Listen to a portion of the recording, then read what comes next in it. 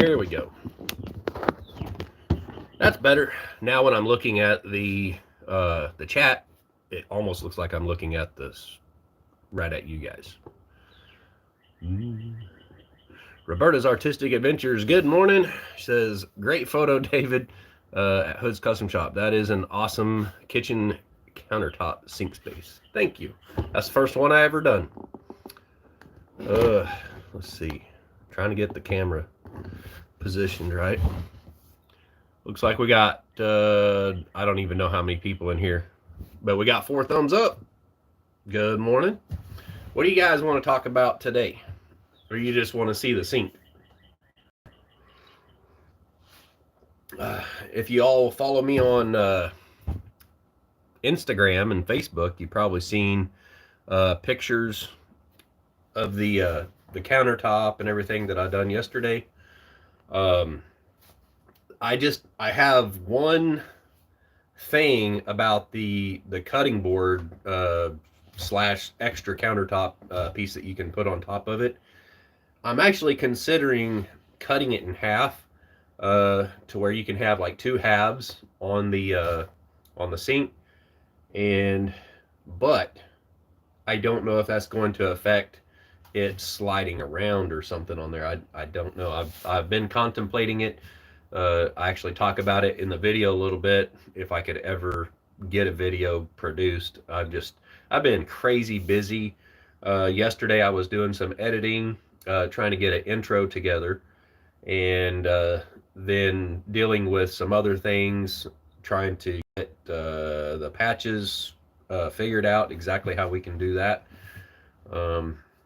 Roberta said, personally, I'd keep it whole. Yeah, I'm really leaning towards that.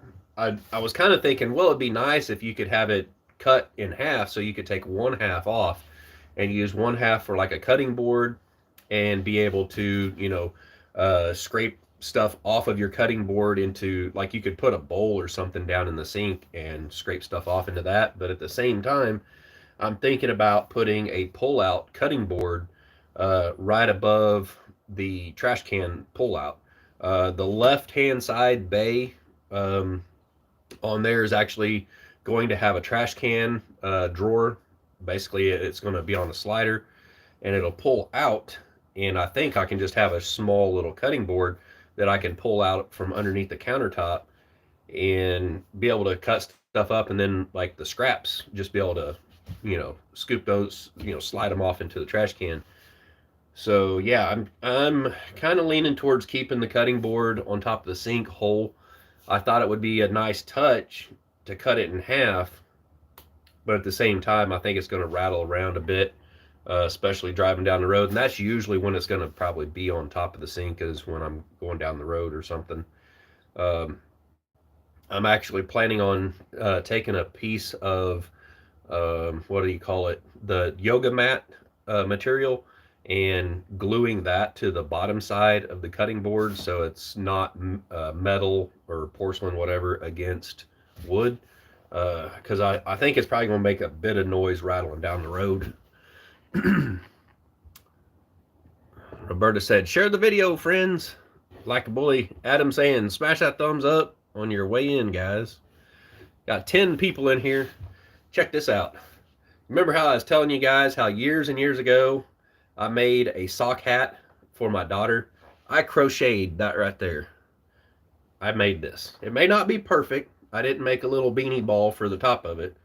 But yeah, I made that many years ago. And look at it. It fits me. I was digging through some clothes and stuff in the laundry room the other day, trying to find all my socks, and I found that. And I was like, whoa, I don't think there's the little footy things, the boot things I made. I don't think there's any of those, but I just bought a whole bunch of this yarn and that blue crochet hook that I showed y'all the other day on my last live. I used that and a bunch of yarn, and I made this right here. So I was like, I bet a lot of people don't believe me that I can crochet, but I can. Good morning, MT Homestead. I'm guessing it's, let's see. This is Mike. I stole the keyboard from Terry. Well, good morning to both of you. I've been getting a lot of use out of your black coffee cup. I got that from Tiny Tim Posey out there at Crazy Ed's. I guess he had 2 of them, and he gave me one. That was super awesome. I was like, man, now I have 2 of the white MT Homestead coffee cups, and now a black one. That's pretty cool.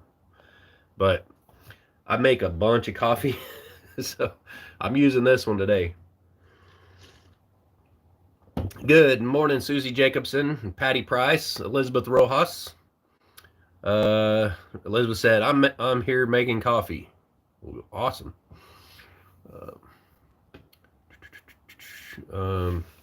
Roberta said, that sounds like a great idea to keep it quiet as you drive and also protect the wood.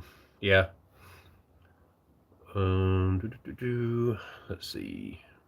Wow, the chat is moving. Hey, there's my buddy Craig Fairless. What's up?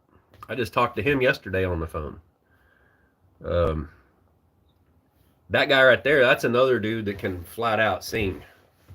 I wish he had put some more videos out there for me to watch. Tiny Tim Posey's got a voice on him. And old Craig Fairless, he's got a voice on him. But he's out there pounding the pavement, working his butt off every day. So I don't know if he can.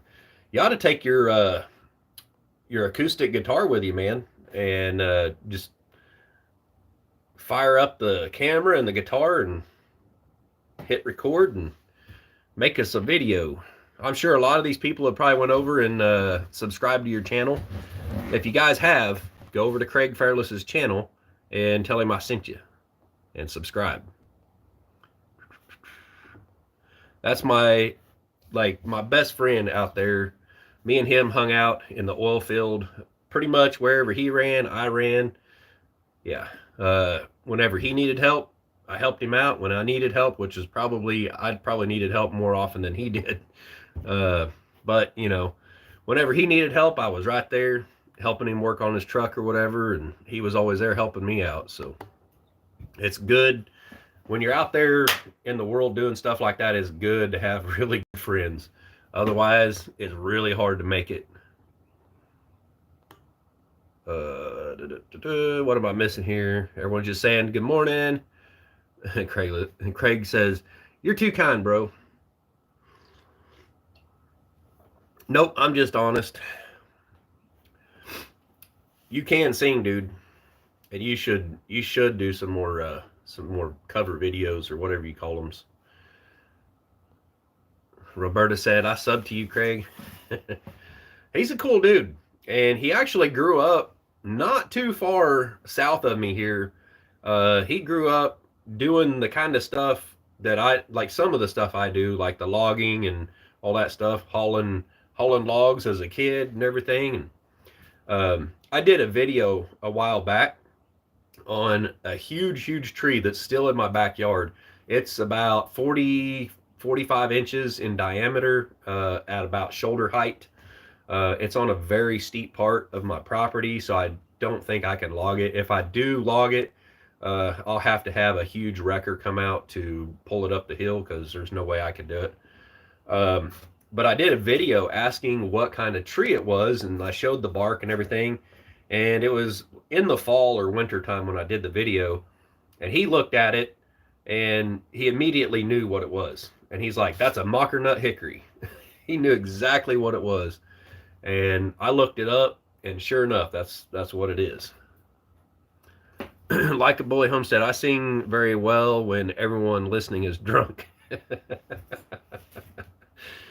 Yeah, that's probably me too. I could sing if I would practice, but I don't know. I'm kind of tone deaf. It's hard for me to, like, hit the notes and everything. At least I think I sound good sometimes. Those late nights where it's like, 8 o'clock in the morning, and you're still out there driving, and you're just singing along with whatever's on the radio.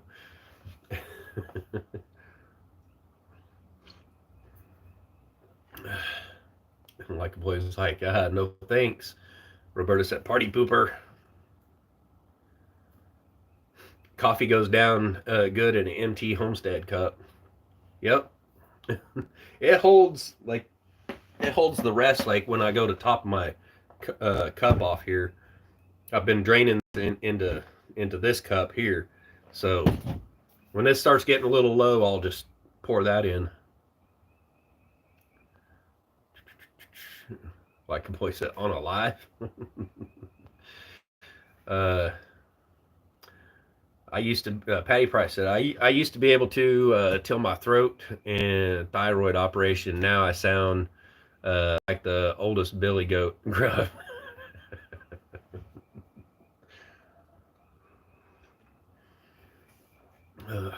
Let's see. Roberta said, singing isn't always about how other people feel. Dang it jumped on me. But about how singing the song makes you feel, and it brings you joy and inspires you. Sang it. Yeah. I would be, I don't know what you call it, a little apprehensive unless I'm just like, I honestly feel like I'm by myself. I know I can't sing. I can't hit a note for nothing. Hey, we got Miss Mary in here from Never Too Late Homestead. She said, good morning. Are you out there at your new property, Mary?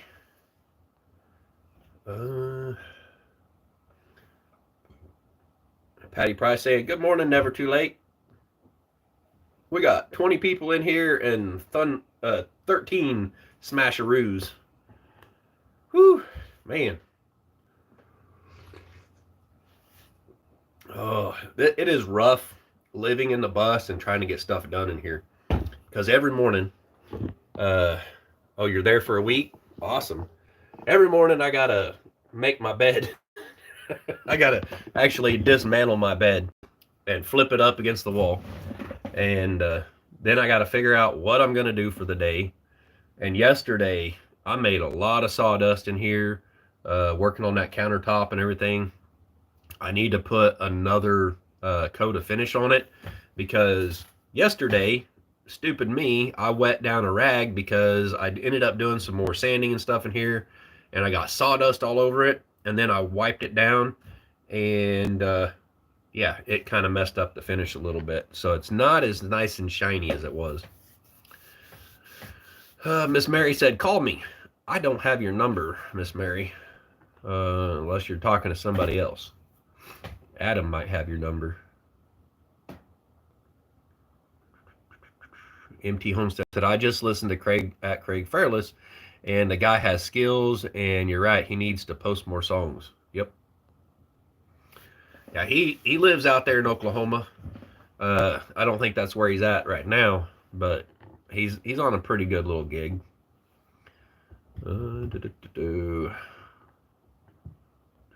What in the world happened? I already read this part of the chat. Paul Honeyman said, hello from England. Good morning, Paul. Gene Ackland said, good morning, Hoods. Good morning, Gene. Finally getting some sun after 4 days. Yeah. I still don't have my solar hooked up because I haven't figured out exactly how I'm going to mount everything. But I need to get started on this wall over here on the passenger side of the bus and figure out. I've just got to get the couch made. I don't know exactly how I want to do the cushions. I don't know if I want to do a fixed couch or a pull out. It's just so there's just too many possibilities. That's probably what's really slowing me down is I'd sit there and I go, okay, this is how everybody else does it on YouTube. This is how I've watched Isaac from A Bus Life Story build these couches and stuff that like pull out into basically like a day bed. Adam says, do a pull out. Yeah, that's kind of what I'm thinking, but at the same time, I'm like, man, if I do a pull out, that kind of takes up more space. It's a lot of material. I don't really have the material to do it. I'd have to actually get on the sawmill and mill up a bunch of 2x4s. I'm going to have to do that anyway. The other thing is I've got to get the bathroom for the composting toilet. I got to get the composting toilet built. I got to get the wall around that built. On this wall right here, on the back side of that, I've got to get the accent wall boards put on there. I'm still waiting for the water fill. I don't know what you call it. It's the inlet that goes into the bus itself to basically be able to stick a water hose in it and fill up the tank. I'm still waiting on that. I've got to get some 2x6s and stuff milled up because I took all the 2x6s I had out there to Crazy Ed's. So I got to get some stuff milled, and the chat is just moving on me here. I want to make sure I'm not missing anyone asking a question or anything. Paul Honeyman said, Dave, a pullout is not the safest way to go. You need... I almost read that out loud. Good one, Paul. Good one. A Murphy bed? No. As far as like a Murphy bed, I think a Murphy bed just like folds up against the wall, correct? Correct me if I'm wrong. But I think that's a Murphy bed. You might call it a Murphy bed, day bed. I don't know, where it's kind of like a futon sofa, right? Where during the daytime it would be like a couch, and then you can, extend it out. It's kind of like finger grooves, right? That just, extends out like that. That's how probably 90% of people do that in their bus build. Yeah, I've got to figure out how I'm going to do it. I was really thinking about putting the solar up here, like the charge controller, mounting it on this plate right here, but up there towards the front of the bus. So I would have that digital readout to be able to see. And then I remembered that my solar setup came with a Bluetooth thing that actually will send you all that stuff. You can look at it on your phone. So I can put the charge controller inside of a box or whatever, but it needs to have airflow. That's another thing. Just trying to figure out how I'm going to kind of put everything and have it mounted securely is kind of an issue. I really, really want to get that solar hooked up and, get it, to where it's charging the batteries and stuff instead of just solar panels sitting on the roof doing nothing. But the reason I painted the roof of the bus like I did, just kind of half butted it, for lack of better words, but I done it that way because I really wanted to get those solar panels out of the bus and up on the roof where I felt they were just a little bit safer. I mean, yeah, we're coming into storm season and everything, where we'll be getting hail and stuff like that. And I really hope that the hail does not damage the solar panels before I even get to use them. But I was pretty certain if I left them in the bus, they were going to get knocked over or something was going to hit them and break them. So I had to hurry up and get those on the roof. Tiny Tim Posey, I can't stay on way to funeral of a 44-year-old veteran friend. He died suddenly. Dang it. I hate hearing that. I hope it's not from unnatural causes. I really hope not. Adam says, sorry for your loss, Tim. Yes, definitely sorry for your loss and everybody else's loss. Like Billy said, yes, Murphy folds up to the wall. Hello, nope, buddy, you did read that out loud. Most of it. Robertson's Bellyacres, what's up? I think I missed your guys' live the other night. I was busy working on stuff in the bus. At some point, I may end up just saying forget it with the older videos. Like, that is the one thing that's really messing me up on getting videos put out. Is I have so much video footage that I have put onto my computer. I take it off of the little micro SD card right here and put it on my external hard drive. And when I do that, it basically gets lost. It does not, for some reason, it will not put it in order. So now every time I move footage from an SD card to the external hard drive, I literally have to make a separate folder and name it something and stuff all the videos in that folder. Otherwise, I lose it all. I had a system down where I had like cinematic shots. I would move videos to that. You know, if I just done like some B-roll cinematic shots or whatever, I'd put that in that folder. And there's got to be so much stuff in there that it's virtually impossible to find just by a thumbnail and some random number. So I've got to figure out a better way of getting organized with all that and kind of go through and sort it all. But I've got 3 external hard drives, and I think I want to say one of them is like a 1 terabyte. It might be a 2, and the other one's like a 2, and the other one is a 3.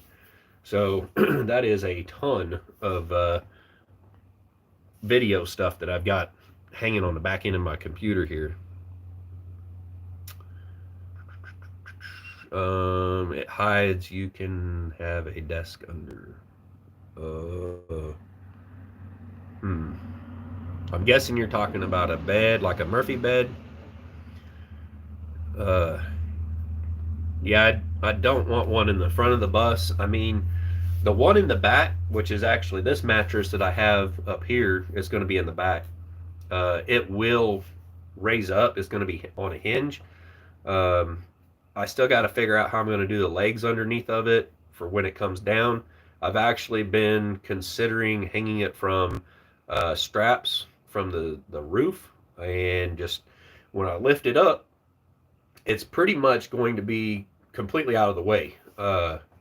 So I'm kind of thinking I don't want to put legs underneath of it, and then I will have all kinds of storage space underneath the bed for putting totes and whatnot underneath there.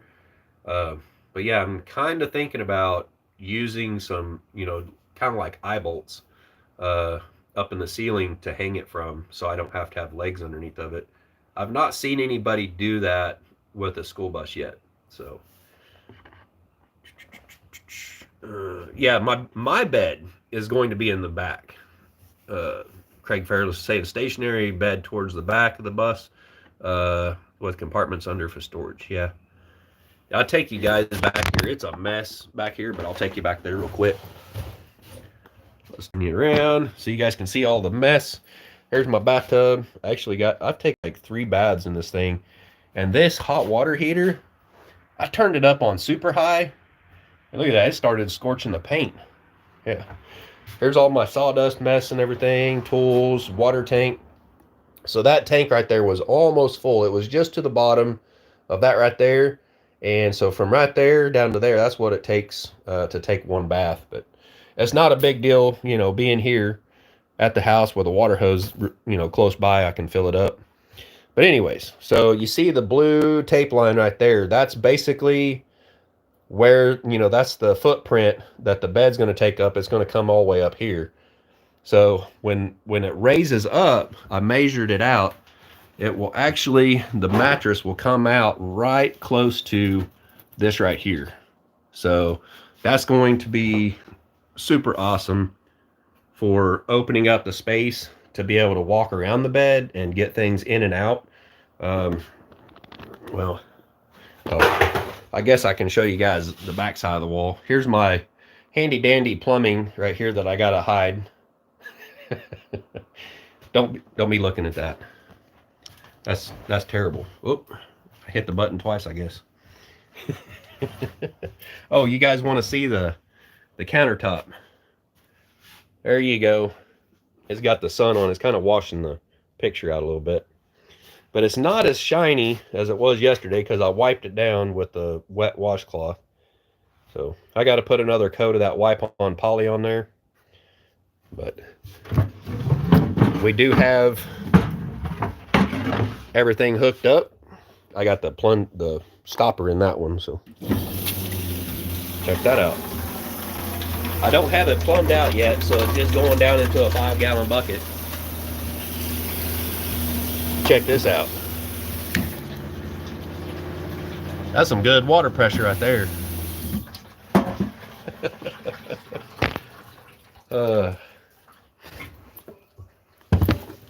I actually done some video footage, something like that, when I got the hot water going. It was pretty funny. I was all hooping and hollering, "I got hot water!" Holy smokes, the chat just jumped on me.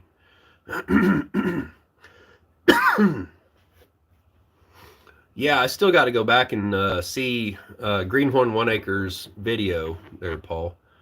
I clicked on it and I had it play, but I didn't actually, I couldn't actually watch it. I got bits and pieces of it where, he had some trouble with like the way it was going up. It was kind of crooked or whatever. But I mean, that's really about all I got out of the video. I got to go back and actually sit and watch it. Unfortunately, that's what happens with a lot of videos like the Crockers or Jared Crocker or Matt Crocker. I watch their videos or I'll just have it playing and I listen to it. And a lot of times I don't leave a comment anymore because I'm just so stinking busy. I don't even know where I missed off or where this chat just jumped on me big time. Let's see. Roberta said, "Right, Tony. I hate being on a live when I only have my cell phone. I love being able to use my keyboard where I can type fast." Yeah, that wouldn't do me no good because I can't type fast. I'm a hunt and peck. I used to be super good at that. I worked at Petro truck stop back in the day, and I had to run out to the fuel pump every time a truck would pull in.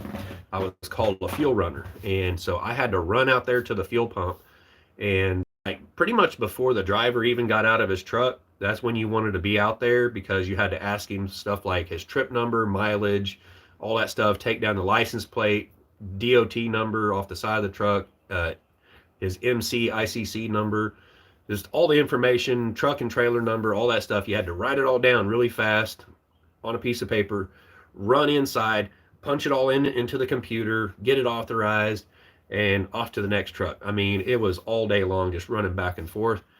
And then they came out with smart pumps to where the driver gets out of the truck, swipes a card, punches his information in. I was like, whew, thank goodness. And then I got to just be a cashier. But yeah, I got pretty fast at typing with this finger right here, or actually 2 fingers. I was just like, Tiny Tim says, "Thank you, everybody. I think he died of heart attack, was natural causes. He battled PTSD, but people were there when he passed." That's awesome that there was people there to be with him. It would suck to go without, anyone around. Or, well, no, not really. I mean, I guess I would hate to go. I don't know. That's a tough one. I would like probably there to be people around me whenever I go, but at the same time, I almost would rather just go in my sleep, so I don't know about it, right? Adam said, "Not always a bad thing, Paul." Let's see. Never Too Late said, "Now, Paul, I'm too old for that, LOL." I don't know what Paul's talking about. I missed that part of the conversation. Roberta said, "David, do you still have the live that you did at Crazy Ads where you and Ed did the live? Then your cuz Mr. Hillbilly Woodcutter came in and then I showed up. I've been waiting to watch it." The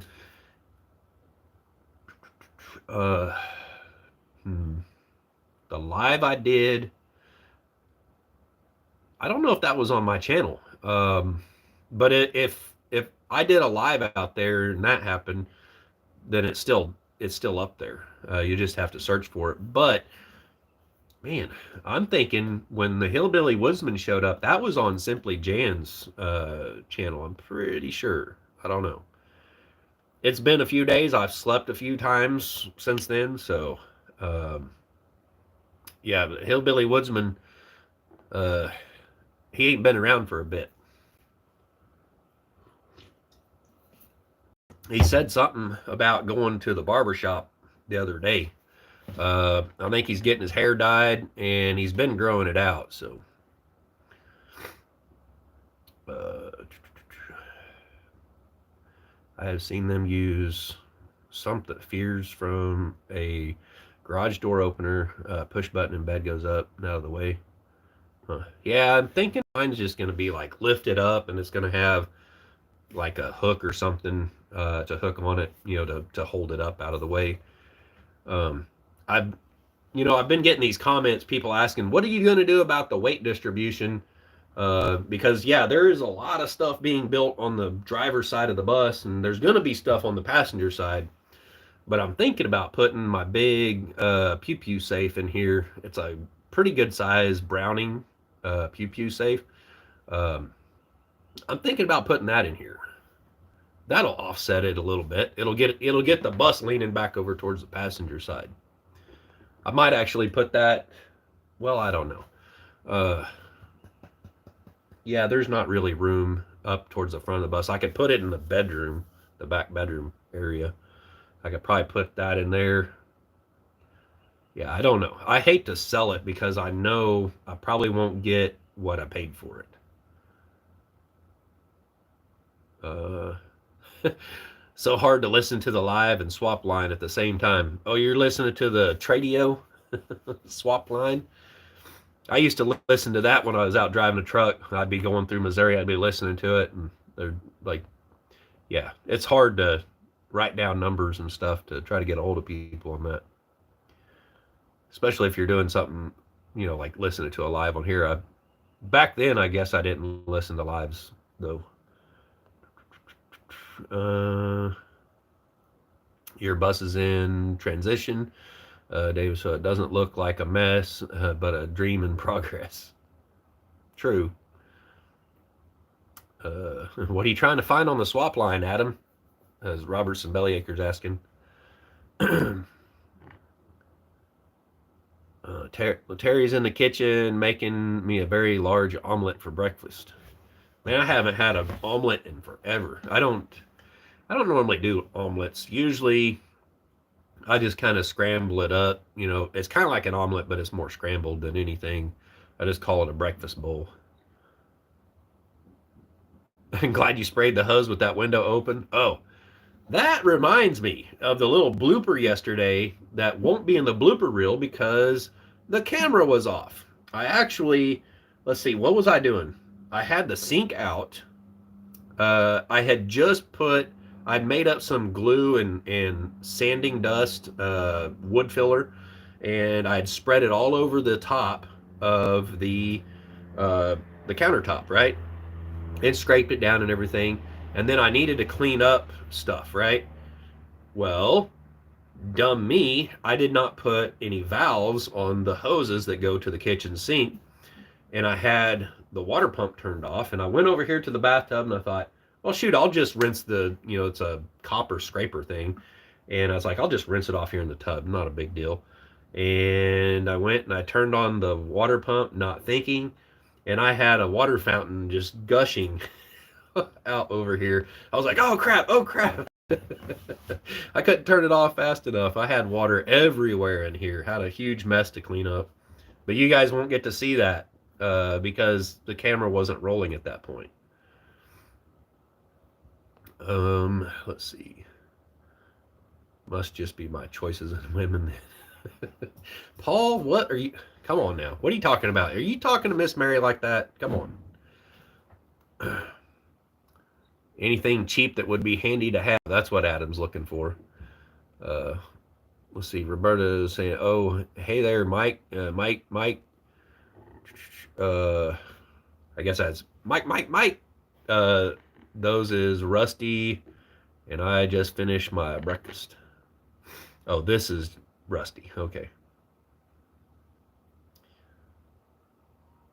A woman is never too old to bust a guy's chops. There's our cabin in the woods. I said, yep, Paul. Roberta's, David, do you still have the. I just read that, didn't I? Yeah, those lives are still out there. I deleted two lives, basically where I kind of vented a little bit about some things that I don't want to talk about anymore. Apparently, I have a few people who like. I don't know if they don't watch my channel anymore, but they don't comment on my channel anymore, and they don't say hi to me.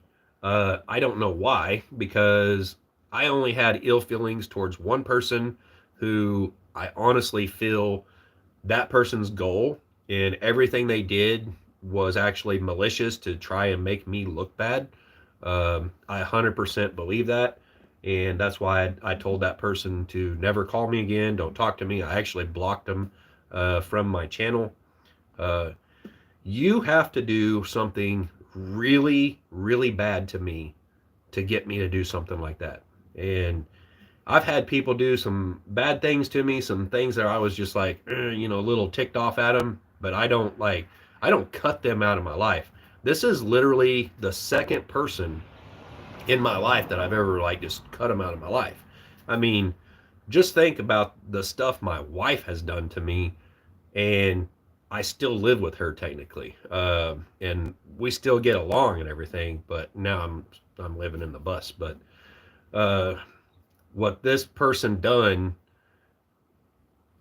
I can't say it's unforgivable, but it was pretty bad, and it was 100% malicious and just trying to make me look bad. Um, because and one thing was like when I was out there at Ed's, I kind of went off on him because he was getting negative, and he's like, "Well, this is never going to get done," or something like that. And Roberta was there too, and I went off. I said, "Look, I am not leaving until this is done."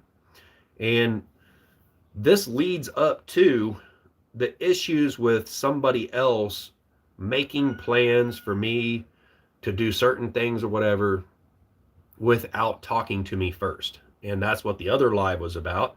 And I ended up taking it down because, that person called me and was like, "Hey, you made me look bad," or whatever. I'm like, "Well, kind of, but I told the freaking truth." So I'm not going to go back on what I said because it was the truth. I just said what the truth was. And I guess that created some hard feelings in the community or whatever. And I was just like, you know what? It is what it is. I still want to go and help people out and do stuff like that. But, at the same time, I've got to raise money to do that. And in order to go and do something like that, it costs a ton of money. It's not just gas money or something like that. I've got to make sure that, if I have a tire blowout or something like that, that I can, not be on the internet saying, "Oh my gosh, guys, I blew a tire out or my bus broke down or whatever." Um, I don't want to be that person that's out there just like, "Oh, well, now I'm stuck, hundreds of miles away from home or whatever, and I can't do anything." Um, Gosh, I need to get off that subject. Uh,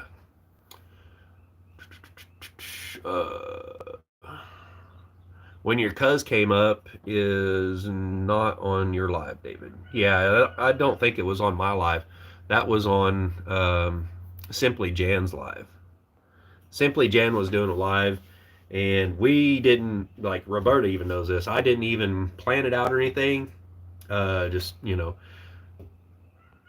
I got the get up out. I was right behind the camera, and Jan was looking at me like, "What are you doing?" uh, Robertson says, "Gotta run, y'all. Time to get to work. Stay safe. Love y'all." My problem isn't dyeing my hair; it's growing my hair. That is the issue. My hair, like, it used to not be that far back. It's kind of receding. And my dad had a bald spot back here, and I had this lady that was dating my dad years and years ago when I was a kid. She was cutting my hair, and she goes, "You're gonna have a bald spot just like your dad." And I'm like, "Well, I'm 44 years old, and I've just about almost outlived my dad, and I still don't have a bald spot back there." It showed her, huh? Never too late. Miss Mary said, had to go. Have a good day. All right, we'll see you later. I've only been on here 40 minutes. Yeah, I start talking about that BS and it makes people not want to stick around. Elizabeth says, I'm coffee challenged this morning. LOL, I had to make Cuban coffee. It's all the same, right? After about the third sip, it all tastes the same, I think. Just paint your head. I don't think that'll work, Paul.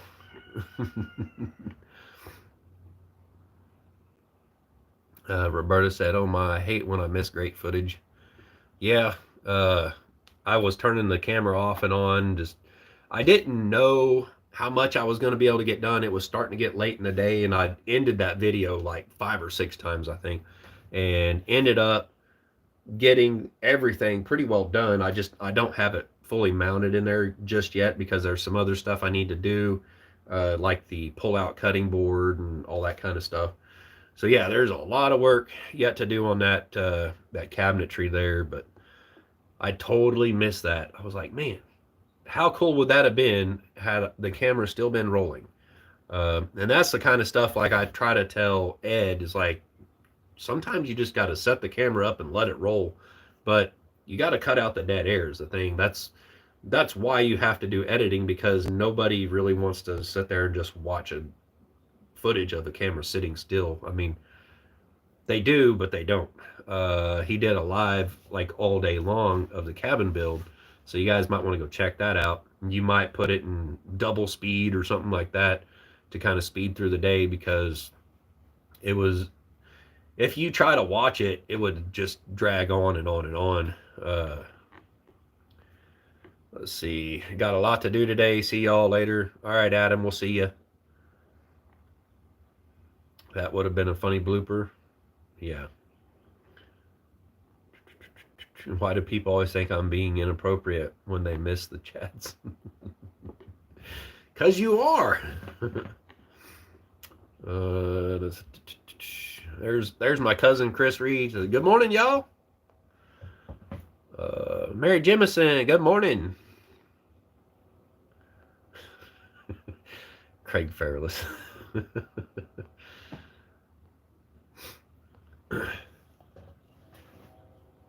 Yeah, Craig ain't got no filter.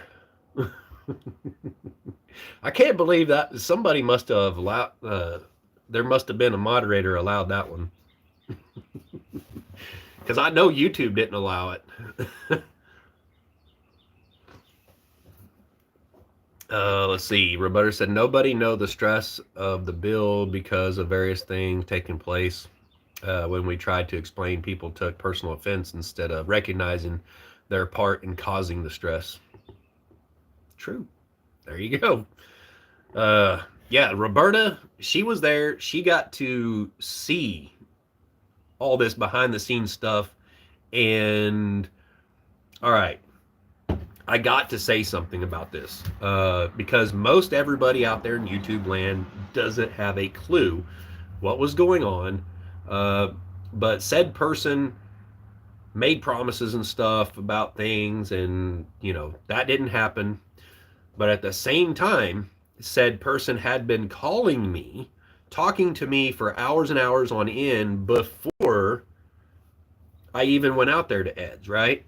And this person is the BS starter trying to start up drama, saying some really bad things about Mama V and Crazy Ed and the 41.36.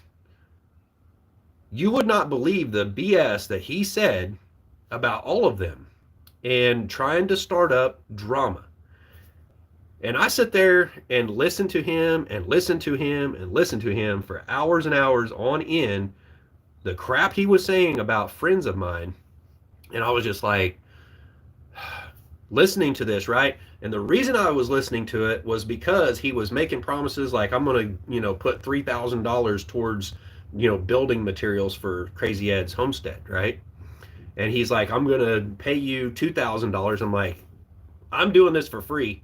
You don't need to pay me anything, but if you want to, that's great, because I could definitely use it, right? I'm not going to turn it down. Okay. Uh, but then him not doing what he said, and me looking back on it now, what I see, what he was doing the whole time was he was trying to start up drama. He was trying to ruin friendships and everything.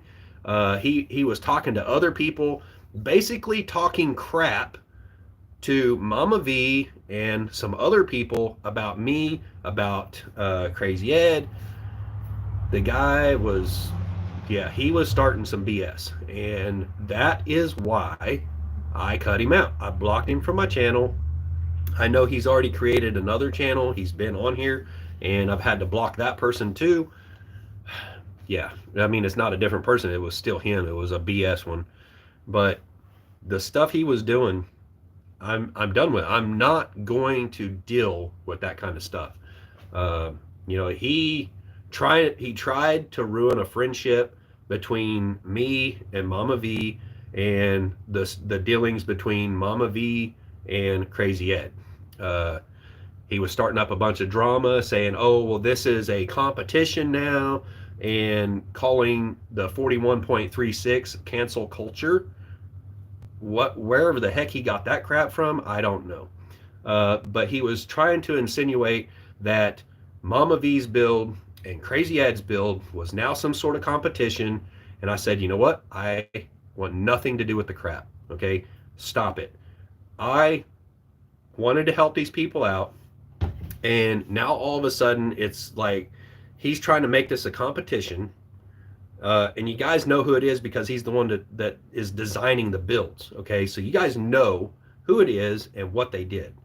And I'm not taking this video down because people deserve to know the crap that he pulled and how he tried to ruin friendships, and then talking BS on the 41.36, mostly Simple Life Reclaim. The crap he was saying, it really ticked me off, and I was sitting here thinking the whole time, I'm like, why am I even listening to this dude's crap?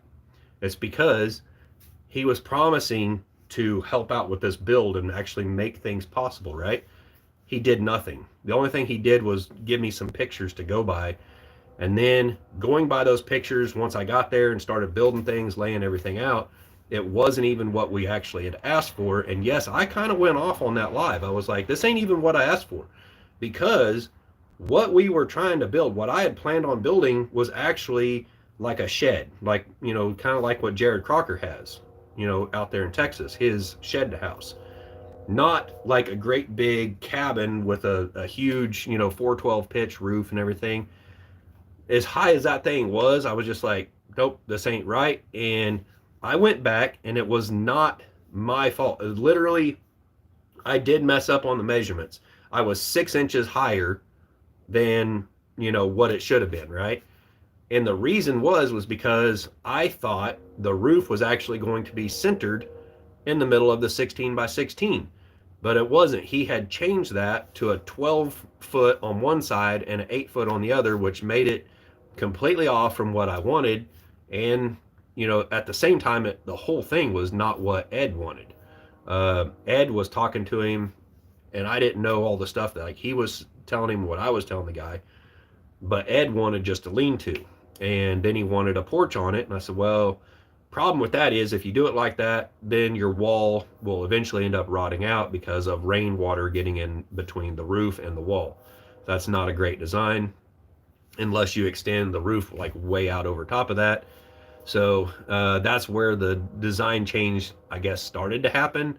And I should have caught it. It's partly my fault because I should have actually sat down and looked at it, but I just didn't have the time. I was on the mill all day long, every day, trying to mill up the lumber so we could have the stuff to build with, right? And we still didn't have everything we need to build an entire cabin with what I milled. I mean, had we made a smaller one, yeah, we could have built the entire thing with what I took out there. There was, I think it was 3 or 4 truckloads of lumber that was brought out there. But when somebody does something malicious like that to a bunch of channels, like people I'm friends with, yeah, I'm going to cut you out of my YouTube channel life, my life, everything. I'm just not going to put up with that kind of BS. I 100% believe everything he did, every word he said to me right from the get go was 100% malicious, just trying to make me look bad, trying to make me fail.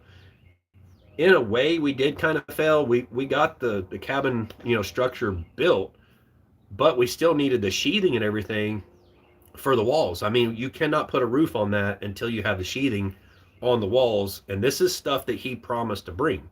And, we tried to improvise. Okay. We reached out to the community and we had people from the community, good friends of Ed, who actually donated to help get the decking for the floor. And along with JB Conway, she helped out a ton with that also. And Ed wouldn't even have the tin for the roof had JB Conway not went out of her way to provide more than what she had planned on. She really, I don't know how to say it. She put herself in a tight spot to do that. And so huge props to JB Conway, super awesome lady. Man, she just, if it wasn't for her, that whole thing would not have happened. I'm telling you, it wouldn't have. Um, so y'all just every time you see JB Conway, tell her thank you. Let's see. Let me catch up on the chat here. Never had one, don't need one. What are you talking about, Craig? I missed out on something there. Oh, a filter. Craig's never had a filter. He is straight up like, he does not filter his words or anything. He will tell you exactly how he feels. He said, be real with people no matter how you have to do it. And people will always know where you stand. Yep, exactly. And sometimes I guess maybe I'm a little too like of an open book. Like maybe I just, telling everybody out there in YouTube land what this guy did and how he, tried to mess up friendships and everything. I talked to Mama V for a couple hours after I did that live. I ended up taking it down because, even in the video, I said I did not want to throw her under the bus. All right. And it wasn't anything bad that she did or anything. But what it was is I was like, look, this is turning into some sort of competition. I've got to put a stop to it. Otherwise, I would have been out there for her birthday. It would have been impossible for me to go out there with the mill. I just didn't have the funding. MT Homestead, they sent me a little bit to help with gas and everything. I'm trying to hold that back until it comes time for me to go down there. I've got to have the money in the bank to pay for fuel down there and back in order for me to go down there. I'm not going down there if I don't have the money to help, pay for food and stuff like that, necessities while I'm there, because I'm going to have to be there for a long while. This is not something that happens in a day or two or a week. That like to build to mill all of the lumber, everything you need to build a 20 by 20 cabin like what she's planning on building. It's also going to have a porch on two different sides, I believe. I've only seen a picture of the plan. I haven't really like looked into it. But to mill all of that lumber, you're looking at, oh man, at least 2 weeks. At least 2 weeks of really, really hard work, just busting it every day.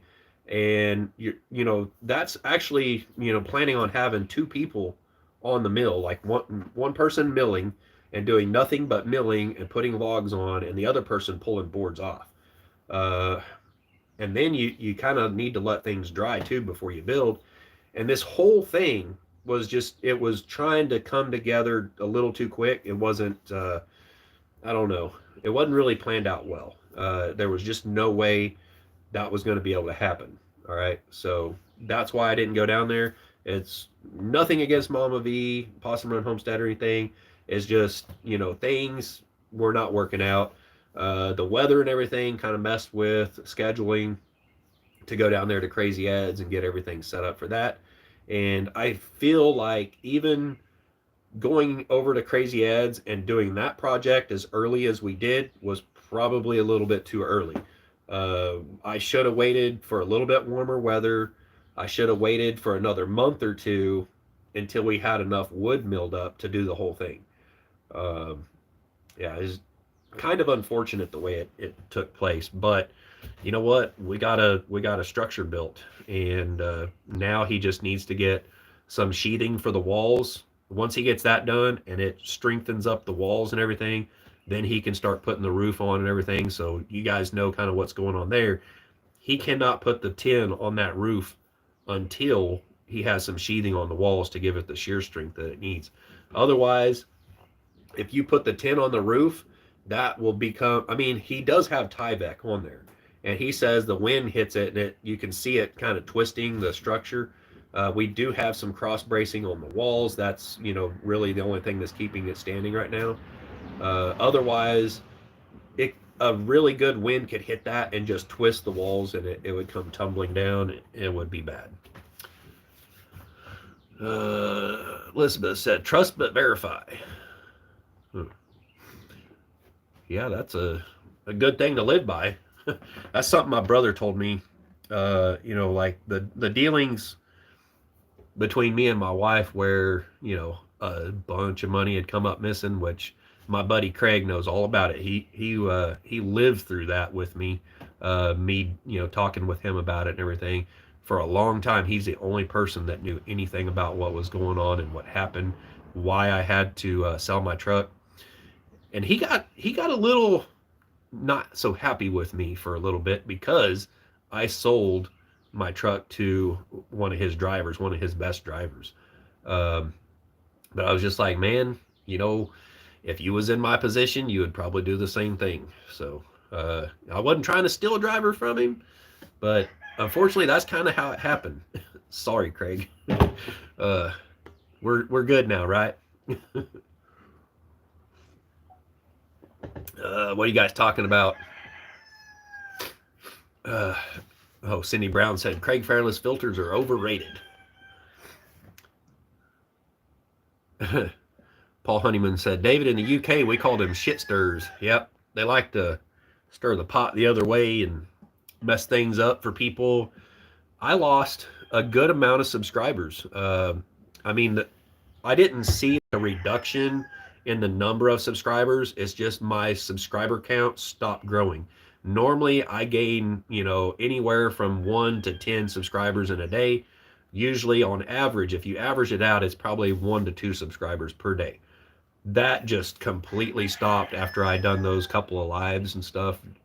Just trying to tell what happened without telling too much. And maybe I should, maybe I should have taken the filter off and just flat out put it out there like what I did today. Telling people what happened. And I feel like people deserve to know why I cut that person out, why I blocked him from the channel, and why, I told him. I mean, he called me up a couple of days after I got back home, after I done those lives. He called me and was bitching, moaning, and groaning about the stuff I said in Ed's live during that 8-9 hour long live. And I said, look, I'm not taking it back. I said what I said, and I meant what I said. I was a little bit heated in the moment about it, and it was all building up on me, right? So, you're living off a grid in a tent, and you got storms and stuff coming through and everything. You want to get things done, and a lot of people show up, and only a few are actually helping with the build, and there's that stress. All right, not a big deal. I mean, yes, a lot of them, were there helping, like financially, morally. Some of them were helping with fixing food, so we didn't have to do that. But yeah, I mean, it was a lot to try to deal with, and yeah, I'm glad that it came off the way that it did. I wish it would have been better. I don't know. Stressful.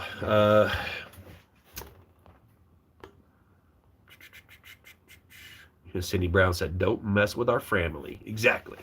Don't mess with family. When you start talking shit on the 41.36, I'm going to get a little heated. All right. Those guys are nothing but awesome. I like what they do. And when somebody's on the phone with me and they start calling them cancel culture, I wish you guys could see the look on my face. I mean, because my face just started getting beet red, and the guy's all talking about how he's going to send me some money, this and that and the other. And I'm like, why am I even listening to this dude?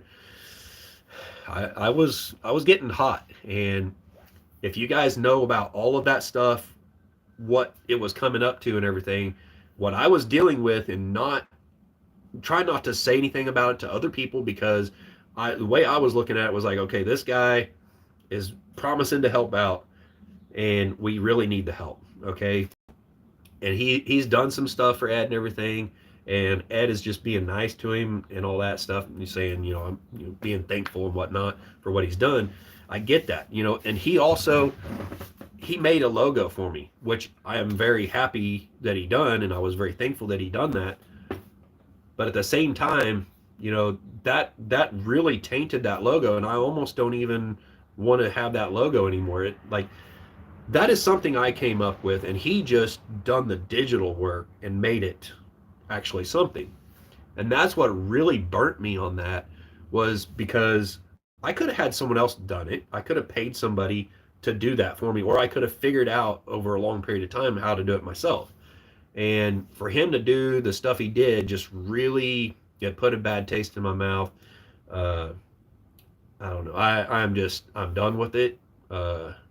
Hopefully, we'll get the funding to be able to go down there here before too long, once the weather starts warming up a little bit, or once I get the bus done and legal. I imagine it's probably going to have to be after Shoot Dang Fest. I'm really hoping that I can scrape the money together to get the bus legal, to be able to take it to Shoot Dang Fest and pay for fuel and everything. I don't see it happening without me getting a job. I'm trying to get as much done on the bus before I go and get a job. Uh, the other thing was, I was planning on probably moving. I just don't know how soon that's going to be. I still have not heard from the bank. That's the weird thing. It has been, I don't even know. It's been way, way over the 45 days that they said it would be. I got a letter in the mail the other day from them. It's the same letter. It's the same stuff that I have to call them all the time about. And I'm like, hey, you guys, like, you're still sending these letters to me. And they're like, yeah, it's just an automated system that sends that out. And with all the stuff going on in the world right now, it's really hard to get a hold of them. Like, banks are closing down like major branches and stuff like that. It's weird, the stuff going on in the world right now. It's really hard to get a hold of them. So I don't know what's going to happen with it all. I don't. They might get a hold of me one day and say, okay, we're foreclosing on you, and I got to move all my stuff out, which is what happened last time I lost my house back in '08. They literally had a guy show up at my door, knock on my door, and give me papers saying that I had to get out. Little did I know that I should have hired a lawyer at that time, and I could have fought it for a very long time. So, I mean, from what I understand from the last time, I could actually hire a lawyer and probably fight this for a year, and probably live here for another year for free. Uh, Not that I really want to do that, but I could. I would much rather have the bus done and my wife find a place. If she really wants to get a divorce, she's going to have to pay for that. I'm not paying for it. I'm not going to pursue getting a divorce because I don't want one. But if she wants a divorce, so be it. She can pay for it or whatever. She can bring me the papers. I'll sign them. But until she does that, I mean, I'm not getting a divorce. I don't know. I guess you could say I'm calling her bluff on it, but I don't know. Roberta said, I think for the people we had and the materials and funding we had, that we did a great job. Yes, definitely, we did a great job. Uh, she said, I hated leaving when the cabin was incomplete. I plan to return to help again in a few weeks. Heck yeah. I would work with you any day, Roberta. You, man, I tell you what, she was right there, guys, like right there, like handing me the nail gun and everything. I was up and down that ladder, and I tell you what, my knees were killing me. I didn't like let people really see that on video and everything, but my knees were freaking killing me. Uh, up and down that ladder and stuff. Like this house, the main reason I want to get rid of the house is because it's a multi-level house. You got to go upstairs or downstairs to go to the bathroom. If you're in the living room, we got a bathroom in the downstairs and one in the upstairs. And if I ever was to build onto this house, I would build onto the back side of it, and I would probably put a bathroom out there along with a screened-in porch or something. Lobo says, "Hello, amigos from Mexico." Craig says, "Buenos dias." Craig Fairless speaks a little bit of Spanish. We have some good friends, some Spanish or Mexican friends out there in Oklahoma. He had a few of them driving for him. He speaks some pretty good Spanish, I guess. Junior, if you're watching, what's up, man? That is awesome, Patty. I plan on going in about 2 to 3 weeks. When I go to help Sherry of the Apricot tiny house in Arkansas. Paul said, "I never had a filter till I found YouTube." He's getting better. Patty Price said, "Yes, she did. She went over and beyond, out of her way. One sweet lady." Yes, JB Conway definitely is that. And yeah, one day I hope to be able to go down to her place and help her out with some projects that she needs done. She invited me to come down and like pick up some equipment or something that would help with the woodworking. I really don't know that I need it. I don't know that I would be the person to give that stuff to. I mean, maybe I could find someone else in the community or YouTube community to give that to or whatever. And she does need some of it, gone to help open up some space for things that can help with her situation and everything. So I don't know, maybe I could help with that. I don't know. I've got so much stuff around here, and with the thought of having to move all of this stuff, I don't want more stuff. More stuff is not what I need right now. What I missed? Cindy Brown said, "You, Ed, Mama V are all good now. Good now, right?" Yeah, we're all good. Yeah, there's just some behind the scenes BS that was going on, and that person was the driving force behind it that actually ended up causing me to put it out there, what was going on, because people kind of needed to know the stress that I was under, and I was just tired of it. Charles Chesser, who are you talking about? I'm not going to talk about or say the name of the person I'm talking about. If you want to go back and watch all those videos and figure it out on your own, you can do that. But I'm not going to trash talk them anymore. I'm not going to say their name on my channel. I'm just, I'm done, okay, with that person. He has had to put a new transmission in the truck and do all kinds of engine work, but he had to pay for it. He's learning the hard way. Yeah, that was going to happen with your equipment eventually. You don't take off in a semi truck giving it throttle. The clutch in that truck was the original clutch from 1998, and normally I think you would replace a clutch every, I don't know, maybe 5 to 6 years if you don't really know how to drive it. But I guess me and Craig, we're just good at driving floating gears and everything and not having to use the heck out of the clutch. We don't give it throttle when we're taking off. So I still have, after blowing the motor in the truck, I changed the engine out right here, pretty much right where my pickup's sitting right now. I changed that out all on my own. I actually put the other clutch that came with the engine in there. I didn't take it off. I put it all back together, fired it up, and went to move, and there was no clutch. Couldn't move. So I ended up dropping the transmission out and putting the old clutch back in it, and that was the original clutch from 98. And when I sold that truck, I was like, dude, you got to be easy on this clutch. It's the original clutch from 98. And and if you don't treat it right, it's not going to last you. So I guess he learned the hard way on that, but I think he's probably doing pretty good.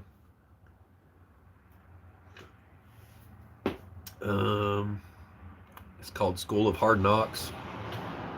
Charles Chesser. Who is this person? I don't know if I'd done read that one, but yeah, I'm not gonna say the person's name. Craig Ferris. Charles, he has been talking about a lot of things that happened with Ed's cabin and things going on with his home. Yep. Motocross chick, what's up? Yeah, she tried to come out, and she's a long ways away. Motocross chick. I think she lives out there pretty close to Chicago area. Let's just say in that vicinity, right?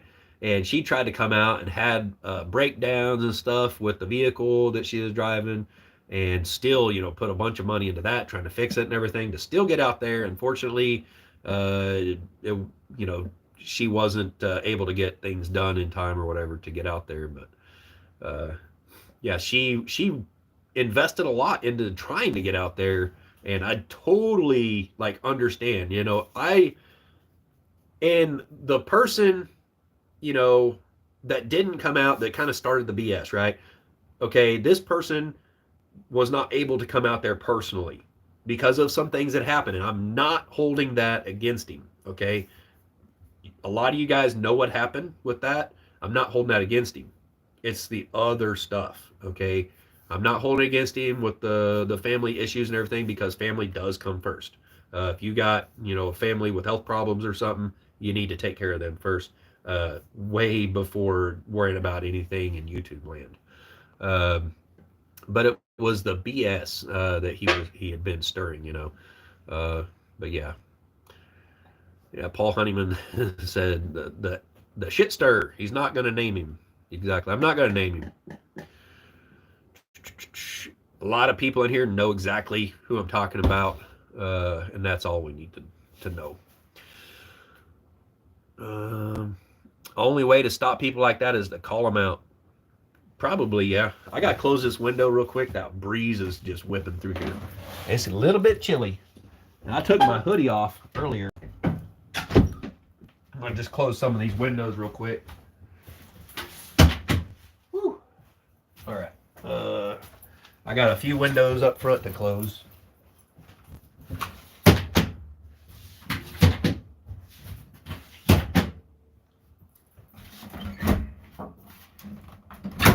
Whew.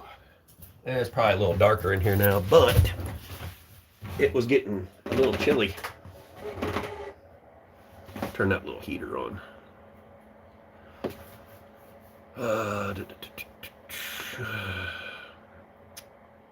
Let's see.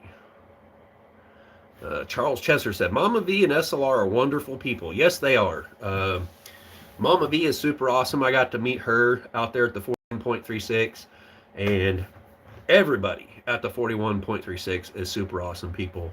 Simple Life Reclaim, Mel and Gary, they are really great people. And this person saying that they are like cancel culture or whatever, I do not agree with that whatsoever. I don't even get where he came up with that. It just, I was listening to him going, I was quiet on the other end of the phone just thinking, what the hell? Like, he's trying to start some kind of BS or something. I was trying to figure it out. And then later on, I finally kind of put two and two together and figured out what was going on. That, he was stirring the pot a little bit. And kind of, at the same time, I'm wondering, why is this guy calling me and talking to me for hours and hours? I needed to be editing video or shooting video or whatever. And he's just sitting there rambling on. And I was like, okay, what's going on here? So he was trying to get behind the scenes information and everything from me. That's pretty much what it seemed like. He, was getting, or maybe trying to get special information or whatnot to help stir the pot or whatever. And yeah, it just, yeah, it rubbed me the wrong way. But yes, Mama V and SLR are super awesome people. Um, Roberta said, yes, they absolutely are. Mary Jemison said, yes, Charles, they're good people. Only way. Okay, I already read that one.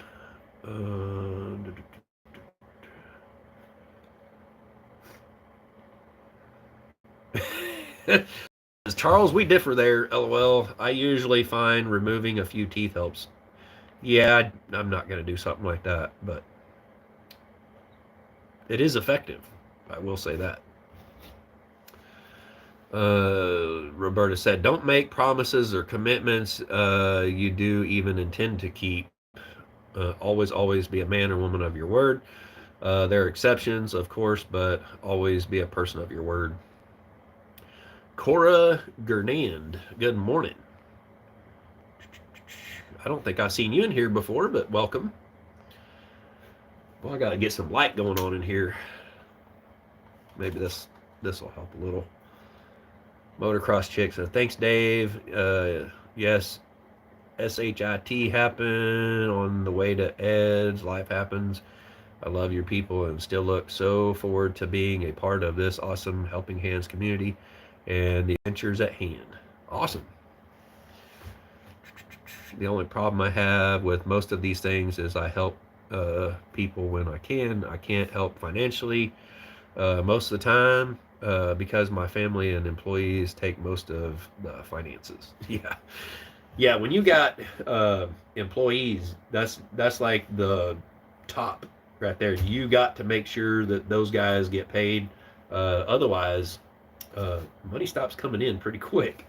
So yeah, he takes real good care of his employees. I actually worked for him for a short period of time, but I had dreams, I guess, of being able to just be home and maybe have a job around here locally or whatever, and just I had to take off and follow my dreams, and that's what I'm doing right now. It sucks that it don't make the kind of money that I was used to making, but yeah. Sometimes you have to stop chasing that dollar and start chasing your dreams. Roberta said, I meant don't make promises or commitments you do not even intend to keep. Yeah, I kind of figured that's what you meant. But Cora said, I don't comment much. I try to catch you, though. Cool. Paul Honeyman said, at Craig Fairless, that's called being a married boss.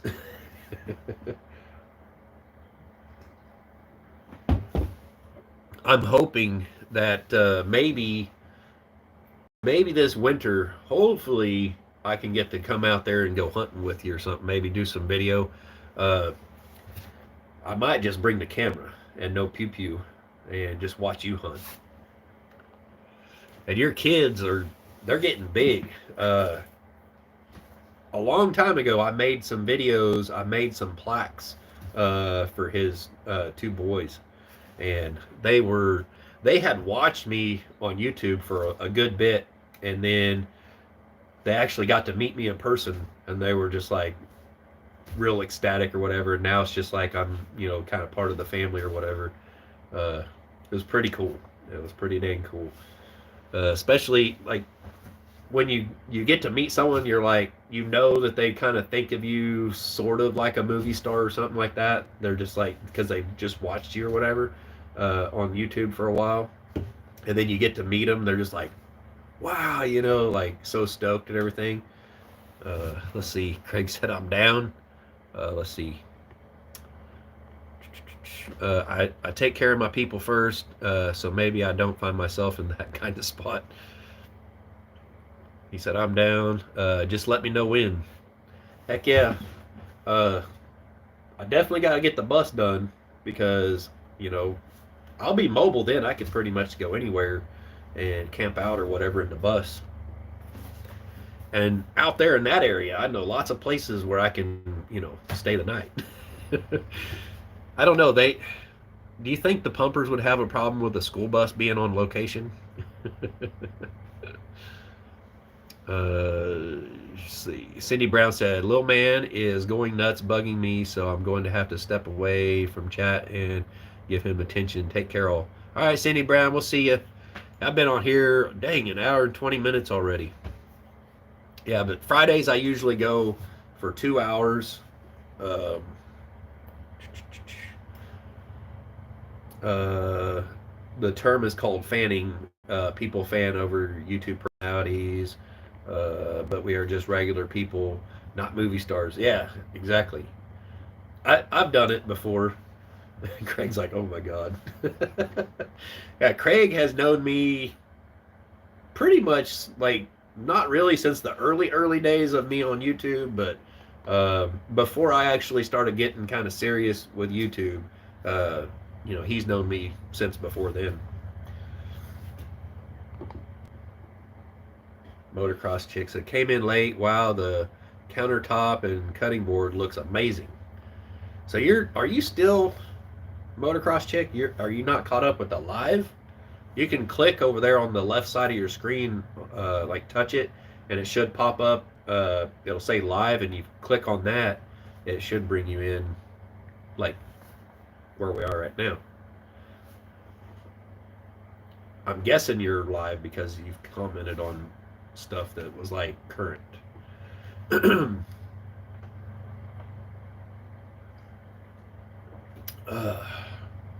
Yeah, I haven't.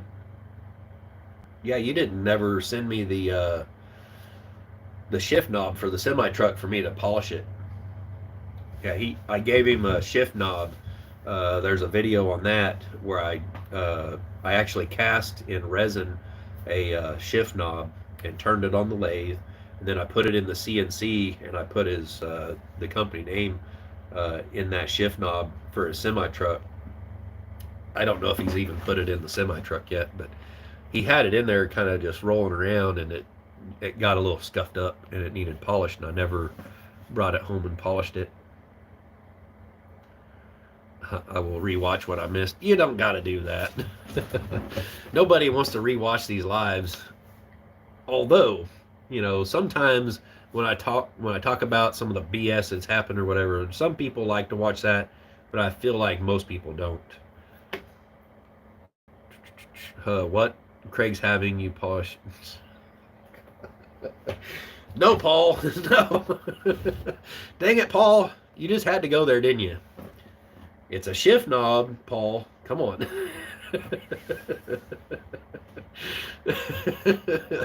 Oh my gosh. It's getting exciting around here, y'all. Roberta said, Paul, behave.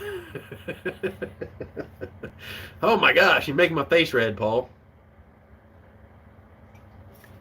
This is man, if this was Monday, this would be like early Monday, like Robertson's Bellyacres. Cora says, I enjoy your lives. Why, thank you. They're interesting. You never know where it's going to go. Roberta, Dave, you're egging him on. It's fun, though. I mean, we're all adults here. I don't think there's any children watching. Oh, Paul, he walked right into that one, didn't he? Yeah, I didn't even realize it. I didn't even realize it. Craig, if you're driving right now, keep it on the road. I know it's pretty funny. Oh my gosh. I don't think he's doing the same thing we were doing before hauling crude oil. I think he's doing something a little different. I only talked to him for a little bit yesterday. He was talking about he called me up about some logs to go get, but they're a little bit far away for me to go get. It's in my camper now. I still have to buy the conversion kit to install it. That would be cool. You've sent me some pictures of some semi trucks. I don't know if those were ones you were getting or what, but LOL, blew my nose out on that one. I laughed so hard I started a nosebleed.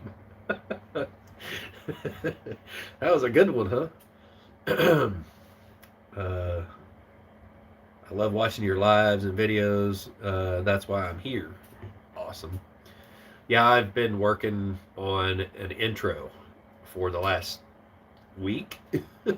And you guys will kind of see that in the intro. Like, I did video footage and had it on the laptop, and then I had the camera set up here. It's not recording right now, but I really probably should have it recording, because that would probably give me some more kind of behind the scenes footage or whatever.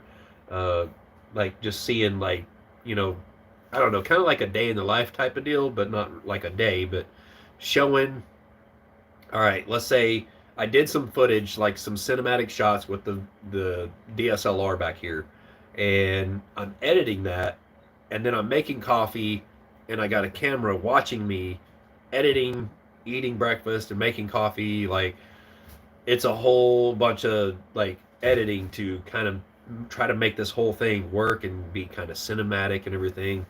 Uh, I don't know. It's an experiment for me, and yeah, I almost hate to put any video with it. I almost just want to put the intro out there, um, just so people, kind of see what I've been working on or whatever, because I kind of want to rework it and make it a little different. And I might actually just go ahead and use that intro, what I've got so far, put it with a video, and then do a little bit more work to that intro and put that with another video in the future.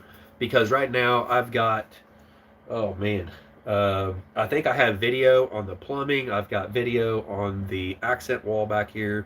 I've got video on the countertop. Um, yeah, just lots of video that I need to get out there. It's just, plus I got video of the patches that I've been working on this little sewing machine over here. But Dawn Lee is working on some issues with that. Basically, she's trying to get it to where we have two patches in the hoop of the embroidery machine. So that way I can basically cut my time in half on it and charge less money. Because right now we're sitting at like $25 to try and pay for my time. I mean, it just doesn't make sense. If it's going to take an hour I mean, it actually takes more than an hour. It takes a little more than an hour to stitch out just one patch, changing the thread and everything, rewinding the bobbins all the freaking time. It's crazy. And if we can get two patches inside that embroidery thing, she's done the work on it, and sent me it, and then I plug it into it, and it's like saying that it's too big for the hoop, and I'm like, it's not. It should totally fit in there easily. So she's trying to work on it on that end and figure it out. I just don't have time to even try to figure something like that out. It would take me probably another 6 months of, trying to do all the legwork, all the research, trying to figure out how to, do the digitizing and everything. It's a lot of work. And Dawn Lee has put in a bunch of time into this. Trust me, she spent well over a week on it so far, trying to work out all the little issues or whatever. And like, we're far away. She lives somewhere like out in Arizona, I believe. And yeah, that's crazy how with YouTube you can have someone with certain talents really far away helping you do something here. That is super awesome. Yes, Roberta, Dawn Lee does rock. I just seen that pop up there. I've been missing some of the chat here. I was gonna go or have you go look at one close to Joplin. Okay.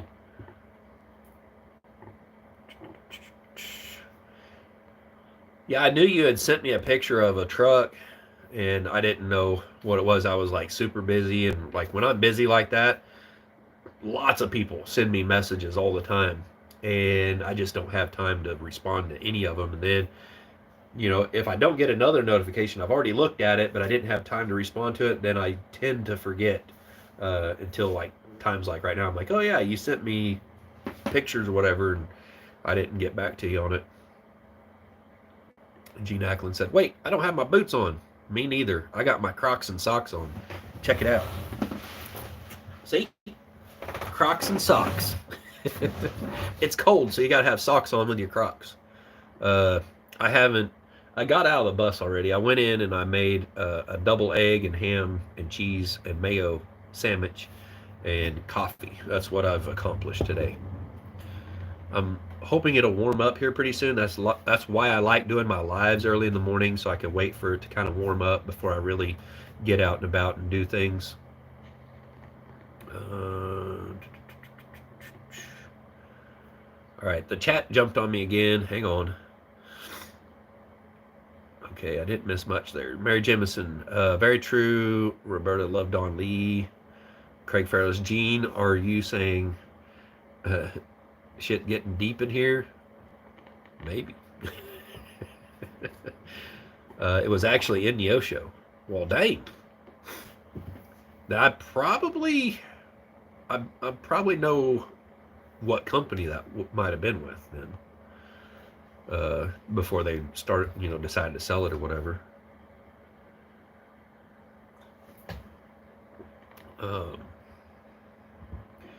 You guys wouldn't believe how many notifications I usually get in a day, which is surprising that I haven't gotten any right now. Normally my phone is going off. I cut it out of a lot of my videos. You'll hear my phone ding. I'm like, oh my gosh.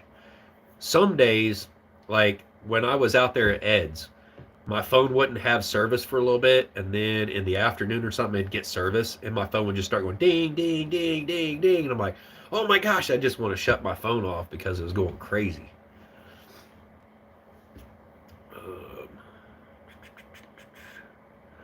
A W9, those are nice. I wouldn't mind having a W9, but man, I don't know. I really feel like I'm about done with trucking. Every time I think about going back and even getting a local job driving a truck, and with all the BS you got to put up with nowadays, the problem is you cannot just simply wake up in the morning, go get in the truck, do your pre-trip and everything, get in the truck and go pick up a load and deliver it. Like, even if it's just local, you got to do a logbook. The e-log and all this stuff, it's too much. It is way too much.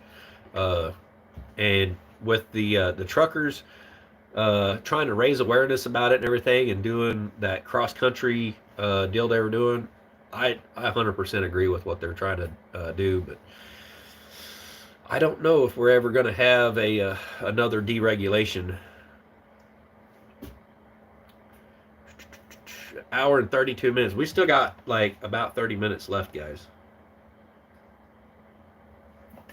Ask me some questions about the bus. I know one question. I think it was Nunya, Texas on the back 20 was asking me, or no, it was Il Canero. He asked me if I was going to put an outside shower behind the sink. And the answer is no.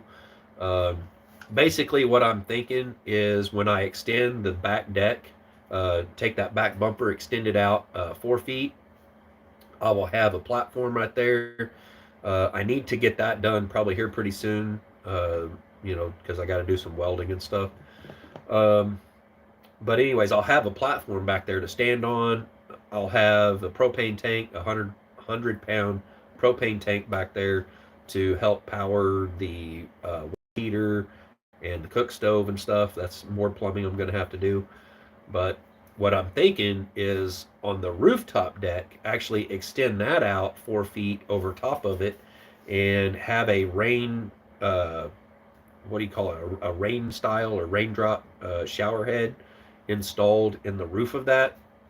And then I can actually have a track going around underneath that rooftop deck. That way I can just have a shower curtain. I could actually pull it around and have magnets in it so it just sticks to the bus, and have a shower on the back deck back there. I think that would be pretty cool. Rather than having one that's off the side of the bus and where you've got to make a little platform to stand on so you're not standing in the mud or something. I think I'd rather have it on the back deck. That way you're not in the mud, and everything can just drain right down through the deck itself onto the ground. and then you can dry off and walk straight into the bus. I think that'd be really cool. Uh, let's see. All right, my chat has stopped completely. No one's saying anything. You guys got any questions about the bus or anything like that or anything? Type it up, send it in.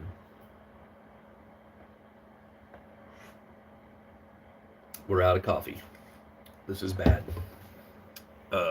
E-logs are simple now, kind of constrains your time, but it's nice that it logs, keeps track, so you don't have to worry about that from the DOT. But hauling crude in Texas right now, I finish in like 12 hours.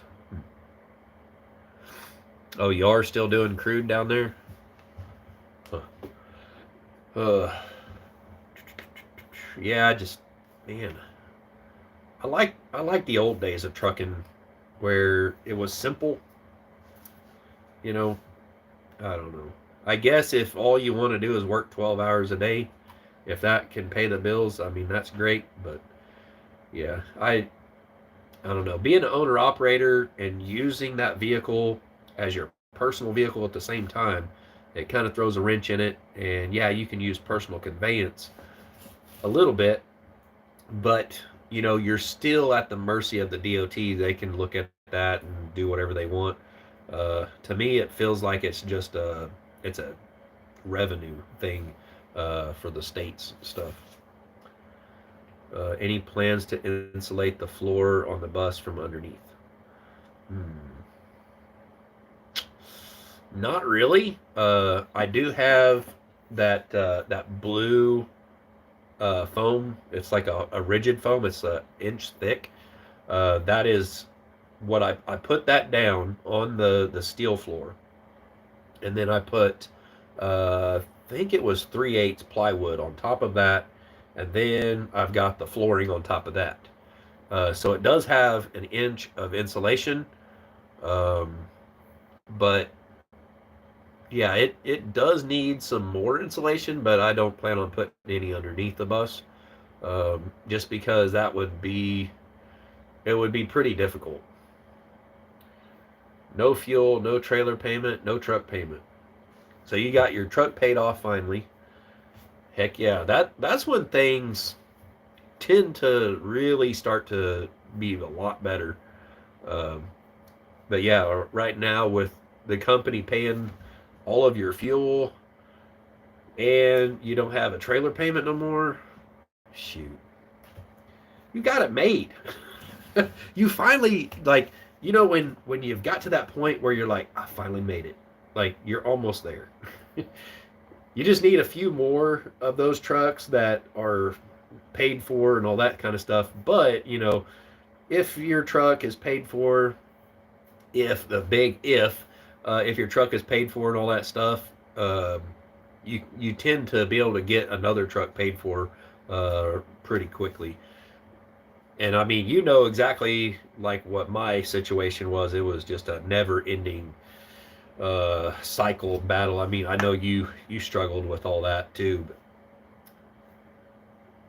But, just paying my insurance and e-log. Heck yeah. We still got 16 people in here, 45 thumbs up, and nobody's got more questions to ask on the bus. It's empty. Dang it. Switch it over to Pepsi, guys.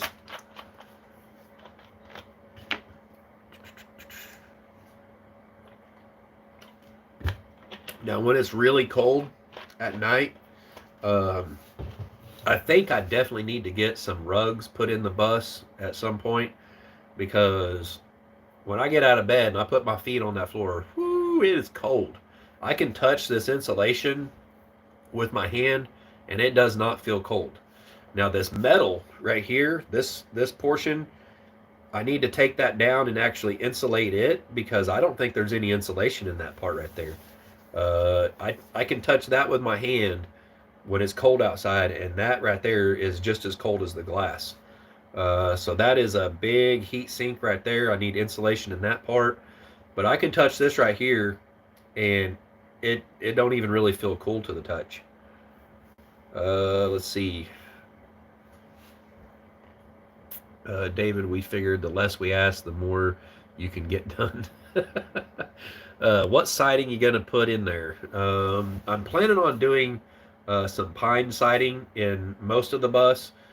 In the bathroom area, that's going to be red cedar and hedge.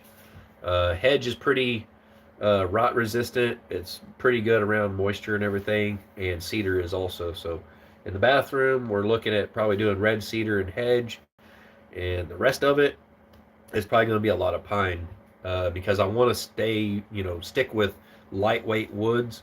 That's why I'm trying to limit how much hedge I put in here because that stuff's pretty heavy. Um, yeah, I've got a lot of 2x4 stuff to cut. I actually got to mill some up. I got to figure out where I'm going to get that. Now, if Craig, if you knew where I could get some pine logs, I could probably use some pine. I know around here I could sell pine pretty good if I could get a few truckloads of pine, but that's a pretty big initial investment to pay for a truckload of pine. I've uh, I've talked to a couple of loggers around here. There's one that actually drives by my house every day. He just has a small operation, and I've talked to him. I said, "Hey, if you can come up with some pine logs, I'll probably buy them from you." And he's like, "Yeah, around here, no, we're not getting pine. You got to go a good bit south, down into Arkansas, pretty much, to get pine." But yeah, I've had tons of people stop by here. They'll see me if I'm outside or whatever. They'll stop by and they're like, "Hey, do you got 2x4s? Do you got 2x6s, 2x12s?" They want that kind of lumber. And the thing is, I really can't compete with the big mills. I mean, it's impossible to compete with them because they've got automated systems and everything that does all that. But yeah, you guys ain't very chatty today. We're down to 16 people. Uh, Not a lot of ash around, but ash is really light. No, it's not. What do you mean ash is light? Ash is not light. That ash is about as heavy as oak. I have a hard time like once I mill up ash or oak, I have a hard time telling the difference between it. Unless you're talking about ashes. But I heard that in some areas of the country that ash is actually a pretty good market right now because the emerald ash borer is going through killing all the ash trees. And so I mean that kind of seems like opposite. Like you would think if there was an overabundance of ash logs coming into mills, you would think that that would flood the market with that and the price would drop. But I'm hearing the exact opposite. I'm hearing that they're paying a bunch for the ash logs. I guess maybe it's because they know that they need to get it harvested and in. Otherwise, it's pretty much going to be wasted wood or something. Ash. Oh, okay. It's a light color. Okay, yeah, yeah, kind of like white oak. Um, the white oak that I use for this countertop, it looks a little dark in that picture because I put that wipe on poly on there. Um, but it's not a real dark color. Um, but yeah, I mean, I like the white oak and I like ash, and some of that could be ash in that. I don't think I have any red oak in it, but yeah, red oak. It's usually easy to tell a difference between white oak and red oak because the red oak has open pores on it, and you end up having to use some kind of grain filler or wood filler on it. Uh, Motocross chick said, "Wish I was closer. I have two big pines that need to come down." Yeah, unfortunately, those pine trees don't pay very good. Uh, oh, Craig said, "Sorry, not ash, aspen." Yeah, I don't even think we got any aspen around here. I want to say that's going to be more probably around Colorado. I don't. Do we have aspen around here, Craig? If anybody was to know, he would know. Um, Elizabeth Rojas said, "I gotta go, Dave. Gotta go pick up my son. Catch you later, folks." Um,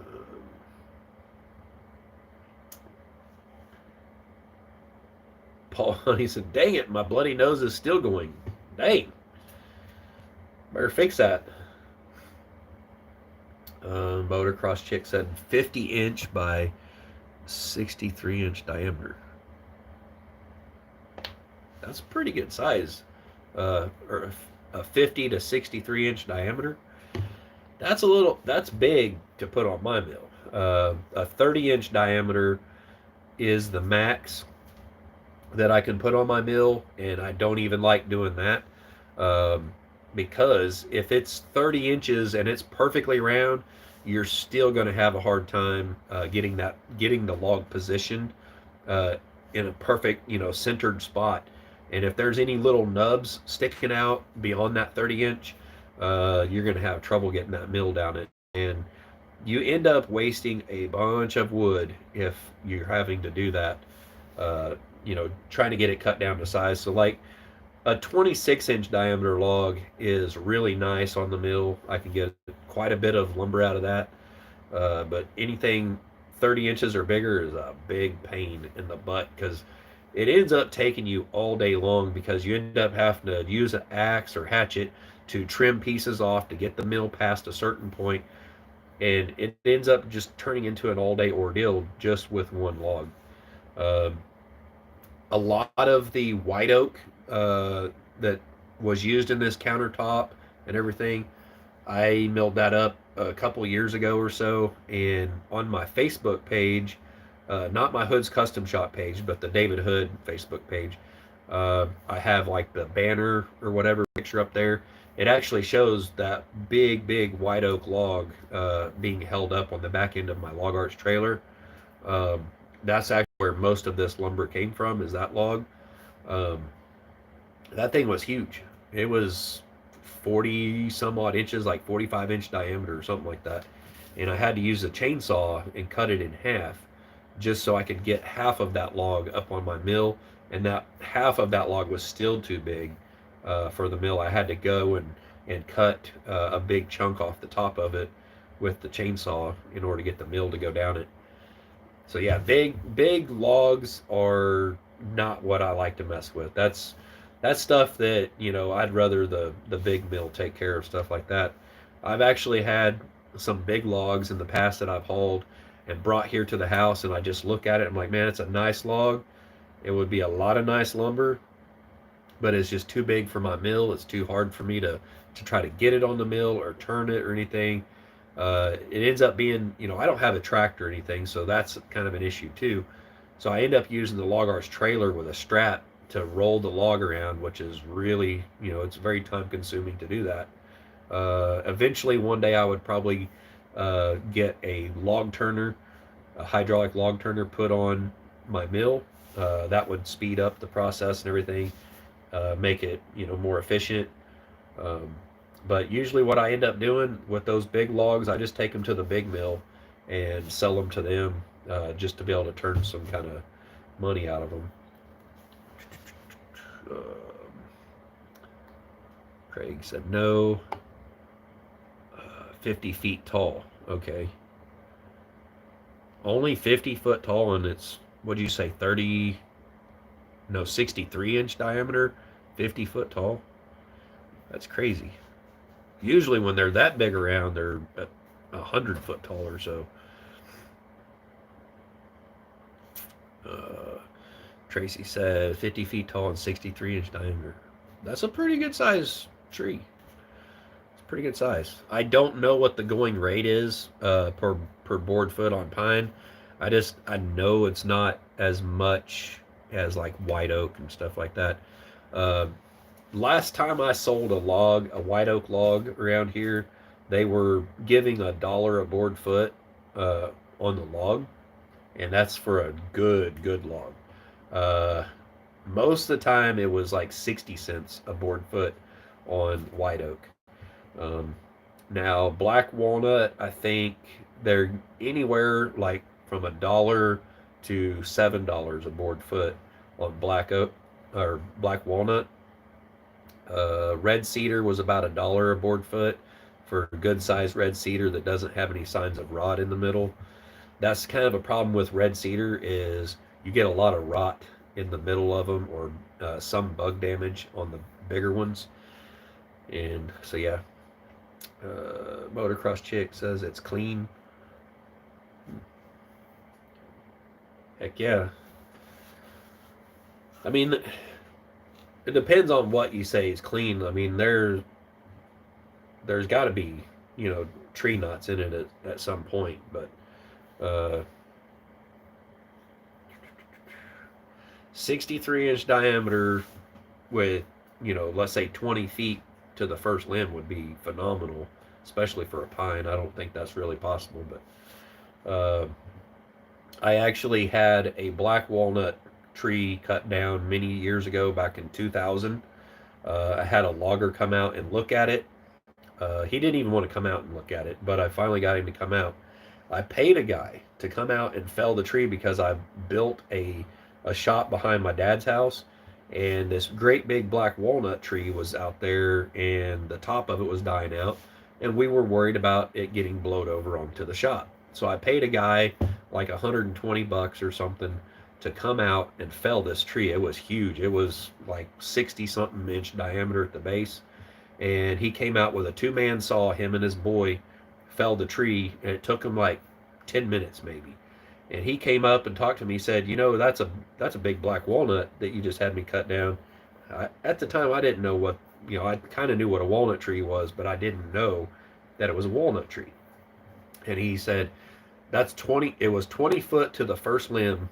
So 20 foot with a huge diameter, whatever it was. And he said, you need to get a hold of a logger, see if they'll come out and winch that out of the woods and, pay you for it.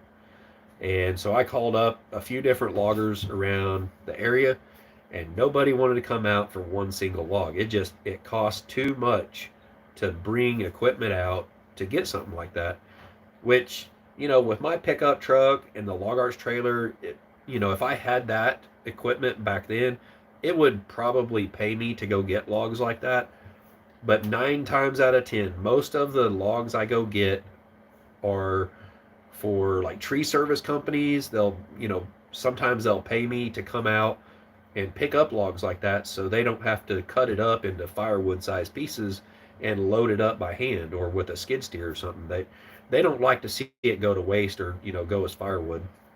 And so I've got a few guys that have tree services around here, and they will call me up and say, hey, you want this tree? Do you want this log or whatever? I've even had people want me to come out and cut down trees for them that's in their yard. And I'm just like, no, it don't work like that. You can go pay a few $1,000s to a tree service, and they'll cut it down, and then they'll pay me to come out and pick it up. It's not, I'm going to come out and pay you for your log. It's just virtually worthless at that point. Number one, it's in your yard. It's probably full of metal. 90% of every log I've gotten from a tree service, I've ruined several sawmill blades. $30 a blade for a sawmill blade. I mean, that's your cost after you figure in your ordering time, your time of getting new blades, and the shipping and everything. That's what you charge, is $30. If you are milling for someone and you hit steel with that blade, it messes your blade up, that's $30. All right. I've figured out how to get blades cheaper than that. But the average blade cost is going to be $30. So that's what the industry standard is $30 for the blade. So if you guys call someone and you want them to come out and mill for you, they're going to bring their mill out. It's going to cost you $800 to $1,000 for a day. That is their base. Like, they're going to charge you at least $800 just to move their mill, because they're having to tear down their mill, pack it up, and move it to your property, throw a couple logs on in one day, and you're going to get well worth your $800 in lumber if you have enough logs sitting there that are actually worth milling. And if they hit metal they're going to charge you for every blade that they ruin. So if there's screws or anything in that log, it could get pretty pricey. But yeah, picking up yard trees. Another thing is if you take a log to the mill around here, and if they're looking at it and it looks like a tree service has cut it down, they can look at a log and they know if someone. Let's just say a lot of the tree services in this area, they got no clue when they're cutting a tree down. You can tell if someone's using a little bitty chainsaw, which is a lot of the tree services around here. They hire a lot of people that have no clue what they're doing. They're not using proper equipment. They're probably not even insured. Just saying. There's a few in the area that are professional, and there's a few that are just fly-by-night type people. And if you go pick up a log from one of those guys and you take it to the big mill and they look at that butt cut on that log, if you don't clip it and make it straight, they kind of know. And they'll ask you, is this a yard tree? And I'm just saying, if you tell them it is a yard tree, they're not going to buy that log from you. That's another thing. They don't want to buy yard trees because, their blades at the big mill cost way more than $30. I don't know what they cost, but they're way more than mine. I think I would, but some of that laminate siding or 1/4 inch plywood, that would keep the weight down. No, the pine is going to be a lot lighter than 1/4 inch siding. The pine that I've got milled up right now that's been drying for a long time, some of it's 9 inches wide and it's a 1/4 inch thick. It is really lightweight. That's what I'm planning on using for most of the siding in here. I got to run it through the planer again. That way it's nice and smooth. I just want these huge pines to go to Good Home, free to anyone that could use it. Yeah, you probably need to find someone in your area, because just to haul, like, let's say with my pickup truck and my trailer, just the fuel to haul a couple of pines from over there in your area would be a probably, with gas prices right now, probably a couple $1,000s. So you might find somebody in your area that's got a portable mill that that might want it. If it's, that's the thing, you got to pay to get it cut down, because someone who owns a sawmill, 9 times out of 10, they're not going to cut it down. Most of the time they're not insured to do that kind of work. That's tree service work, because if they was to cut it down and let's say a crazy gust of wind came up and blew it over on your house or something, that's a huge risk. Paul said, sorry Dave, gotta run, stay safe everyone. All right, Paul, hopefully your nosebleed quits on you, dude. Everyone's saying bye to Paul. Later, Paul. Paul's really awesome to have in your live chat. He makes things interesting. Oh, man. Straight from coffee to Pepsi. Yeah, that's been like the biggest issue, when I advertise that, I can come out and pick up logs or whatever. I get all kinds of people like calling me like, hey, can you come out and get this log out of my yard? And I show up and it's literally a tree that's hanging over their house. And I'm like, that's not a log, that's a tree. A log is literally a tree that's been cut down and has got all the limbs off of it and it's laying on the ground. That's the kind of stuff I've had to deal with. And it's got to the point where I quit advertising on Facebook, because every time I do, and I need to advertise on there, because yeah, it's been a long time since anyone's showed up out here and bought anything from me. Yeah, it's very few and far between. Craig said, just paid my cousin $1,500 to cut down one at my mom's. What's up, Danny going? Every time he comments, it's like American flag waving and coffee, beer. Eyeballs.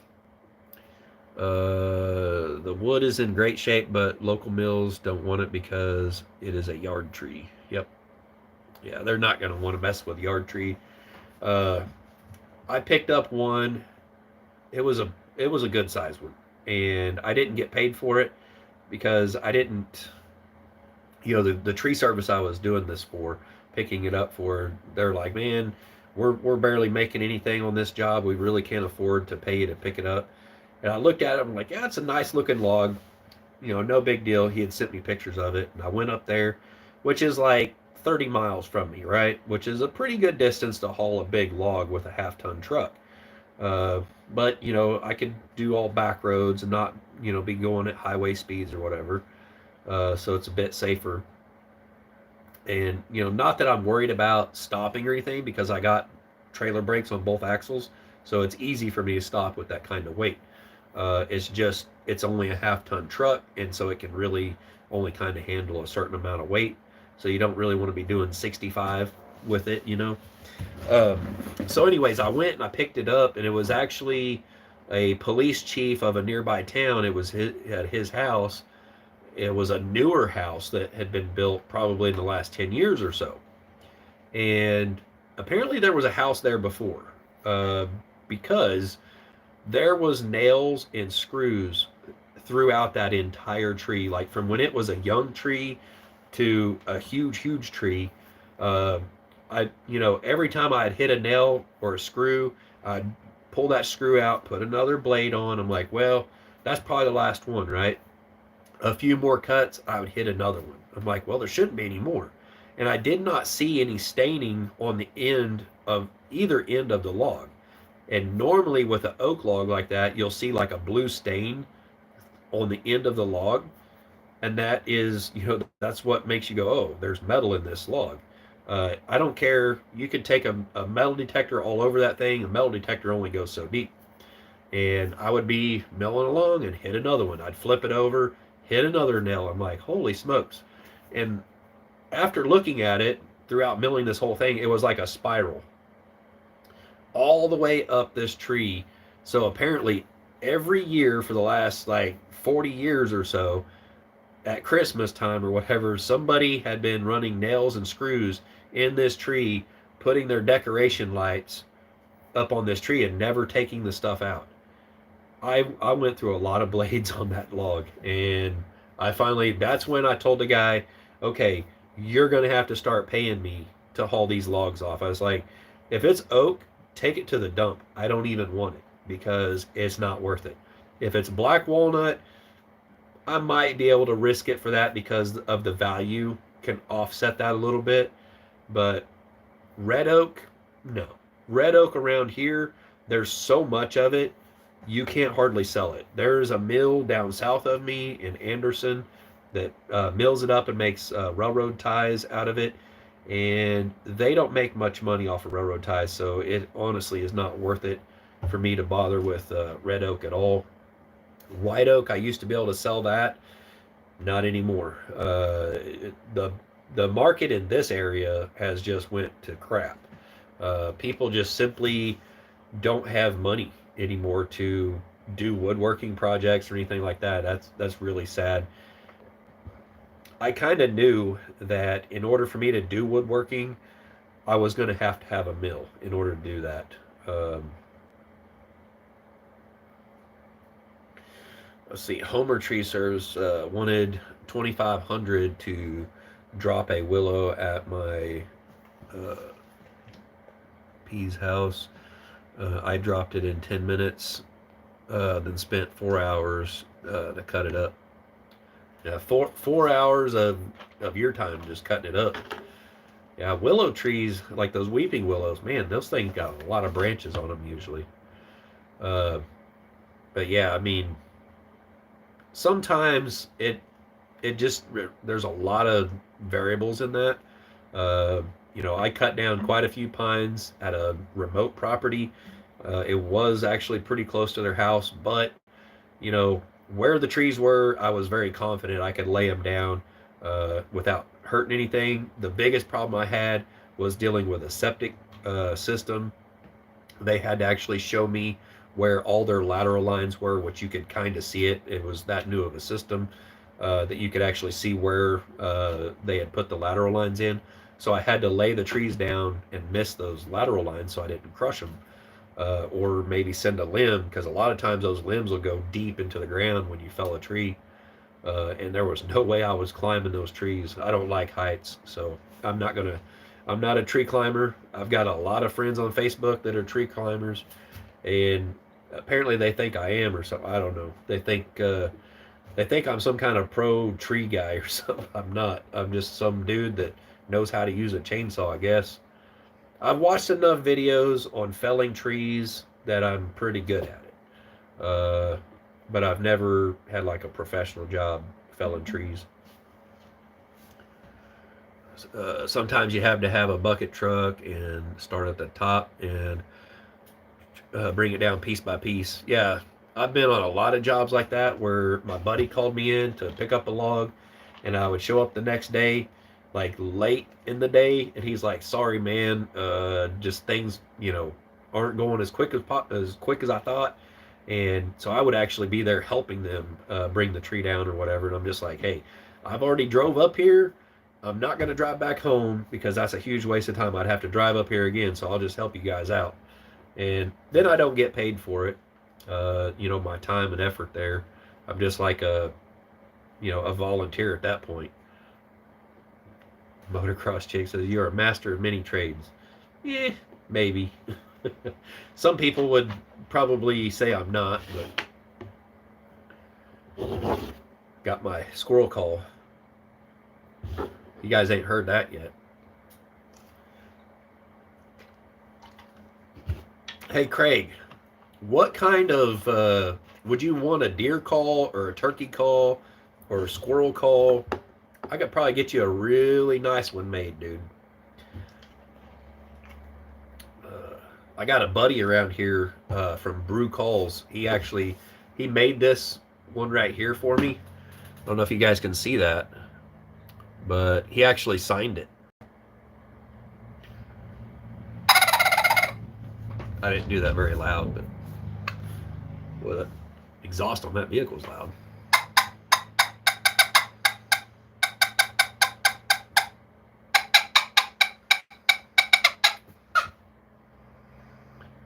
What do you guys think about that? That is a pretty awesome squirrel call. You can do that squirrel chuckle.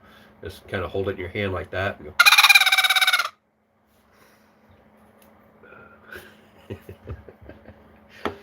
This live's going a little bit long, and my nose is running. It got cold in here.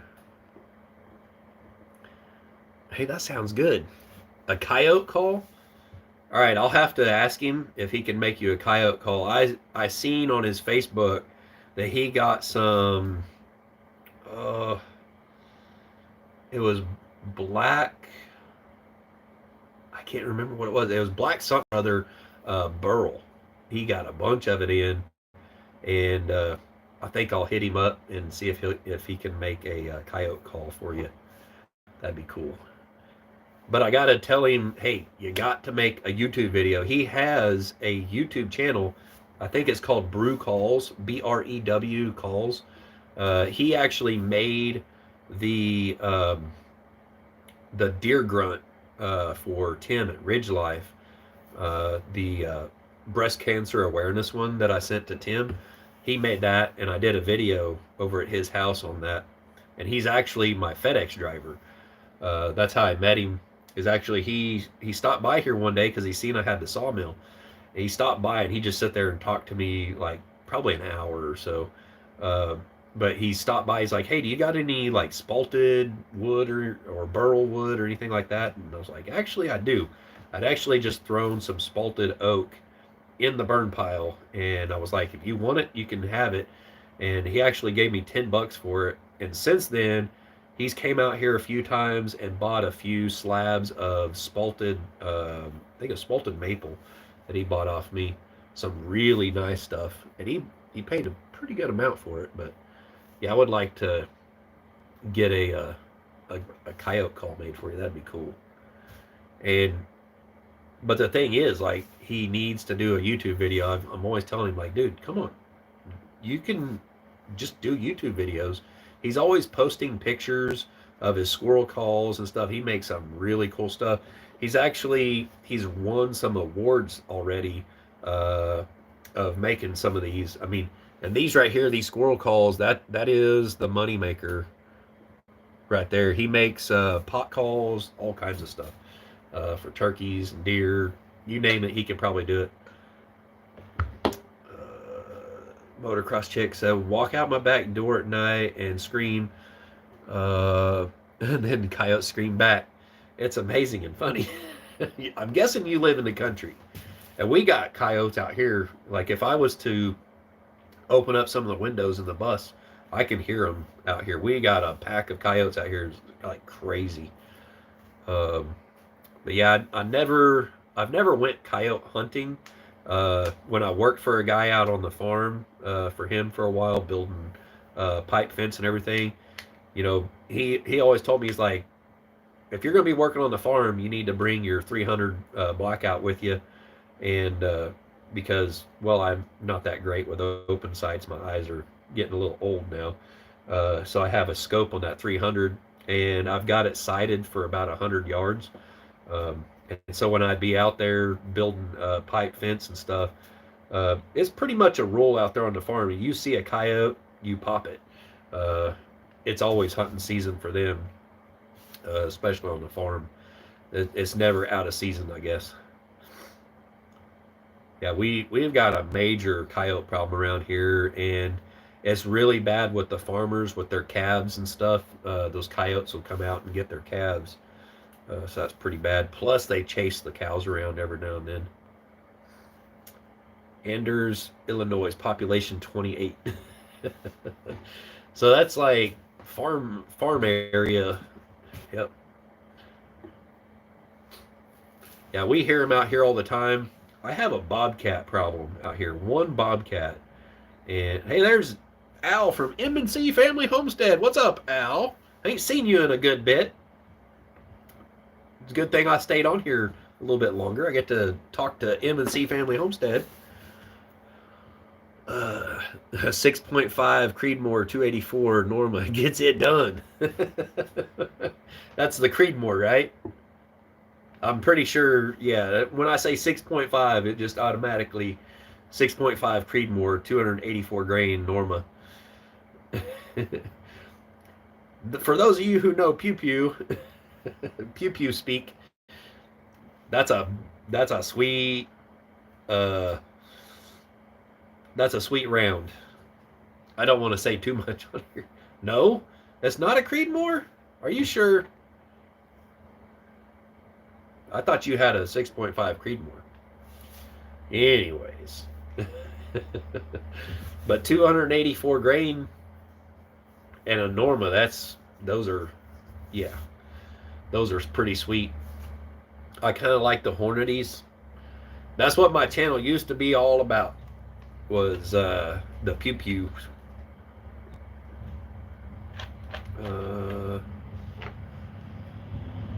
6.5 284 is not a Creedmoor. It's the Creedmoor's daddy.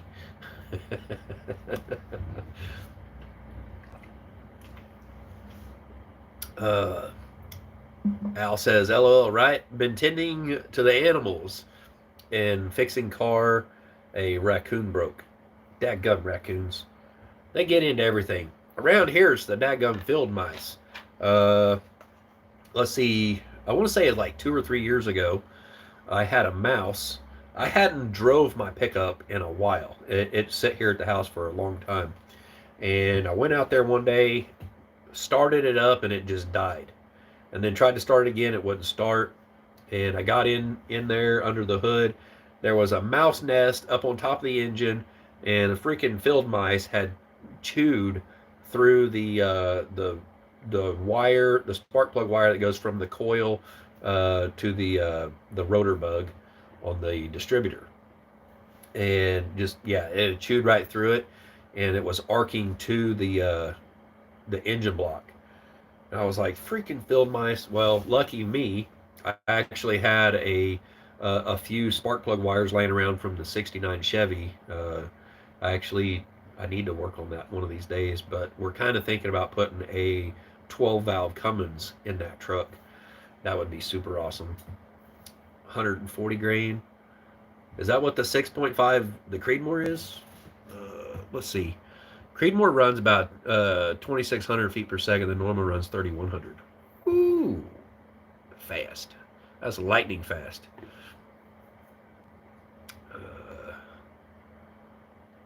M&C said we got them too. Oh, the field mice. Yeah, dadgum coons and field mice getting into stuff. They like to get up around the engine in the winter to stay warm or try to stay warm. And then they start chewing on things. Yeah. M&C says, hi, motocross chick. That's Tracy.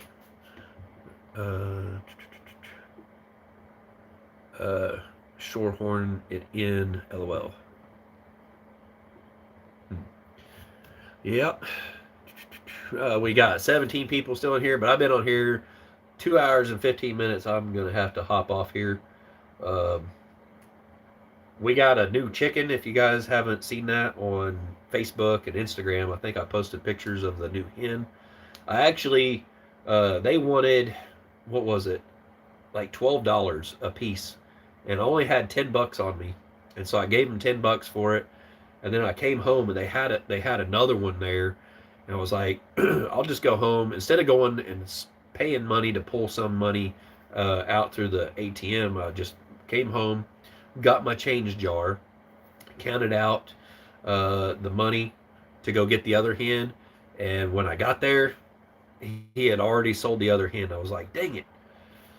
Those birds sell quick. I mean, quick. I'm sure you could probably charge $20 a hen around here. I mean, that might be a little steep, but when you think about it, you know, when you go and you pay $5 to $6 for a hen, you know, a baby chick at Orscheln Farm and Home. All right, that's about the going rate right now. It's $5 and something for certain breeds. All right, I'll call you later, man. So for certain breeds, it could be $5 to $6, you know, around at $5 and something, plus tax and everything. And then you spend all the electric with a heat lamp over them, raise them, and you don't get any eggs for probably 6 months from them, right?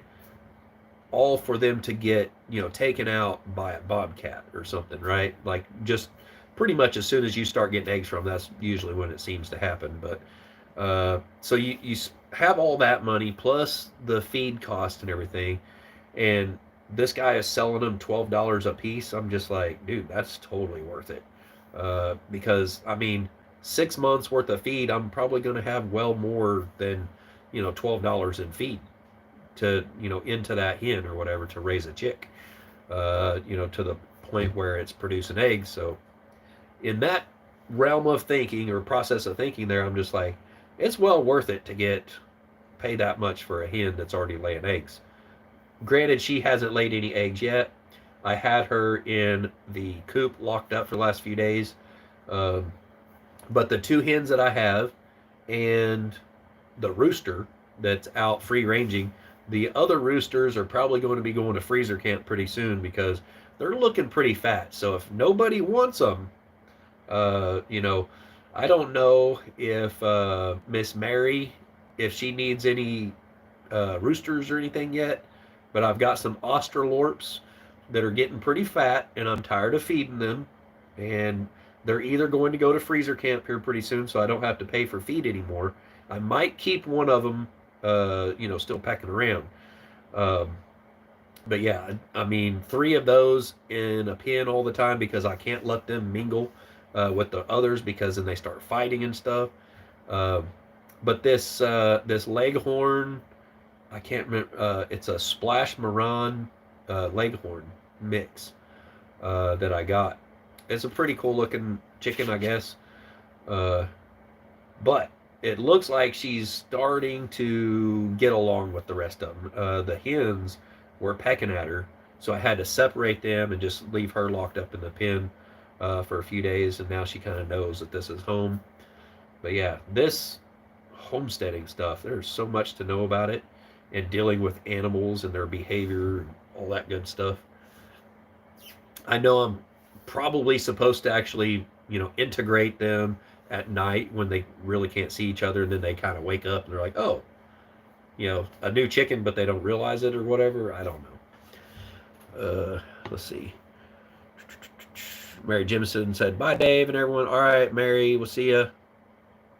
Here, the squirrels are nuts. They nibble the fuel lines on all three trucks. Dang.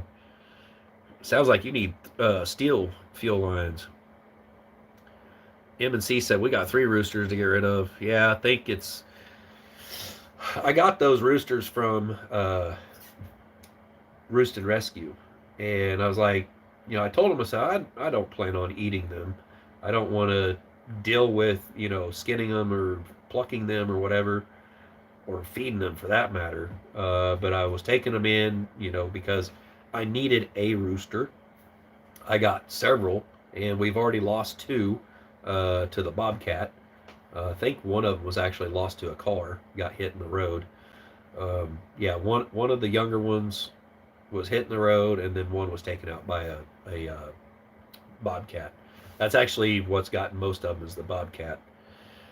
So when I see that bobcat again, I'm going to use the old 300 blackout instead of the 22 because I can't hit nothing with that 22. The sights are off, something crazy. Chicken flu in Arkansas. Some farms are under quarantine. Woo, dang. Yeah, I mean, well, I used to haul a lot of chicken eggs, and like every egg farm was under quarantine all the time. Uh, like when you went through the gate, they have like a wash thing that sprays bleach water. I think it's bleach water or something. It's a sanitizer that they spray on your semi. Uh, and before, like, you pretty much can't get out of your truck other than to open the doors on your truck, and then they go in, they spray the whole inside of your reefer trailer with like a bleach solution, rinse it out. Like they started doing that even after getting a washout. They were taking no chances whatsoever. But yeah, I've been on here 2 hours and 22 minutes. I'm gonna hop off here, guys. We still got 19 of y'all in here listening to me yammer. So anyways, I got stuff I need to try to get done today. So we'll talk to y'all later. Thanks for hopping in here. We'll probably see you Monday morning at 10. Bye, y'all.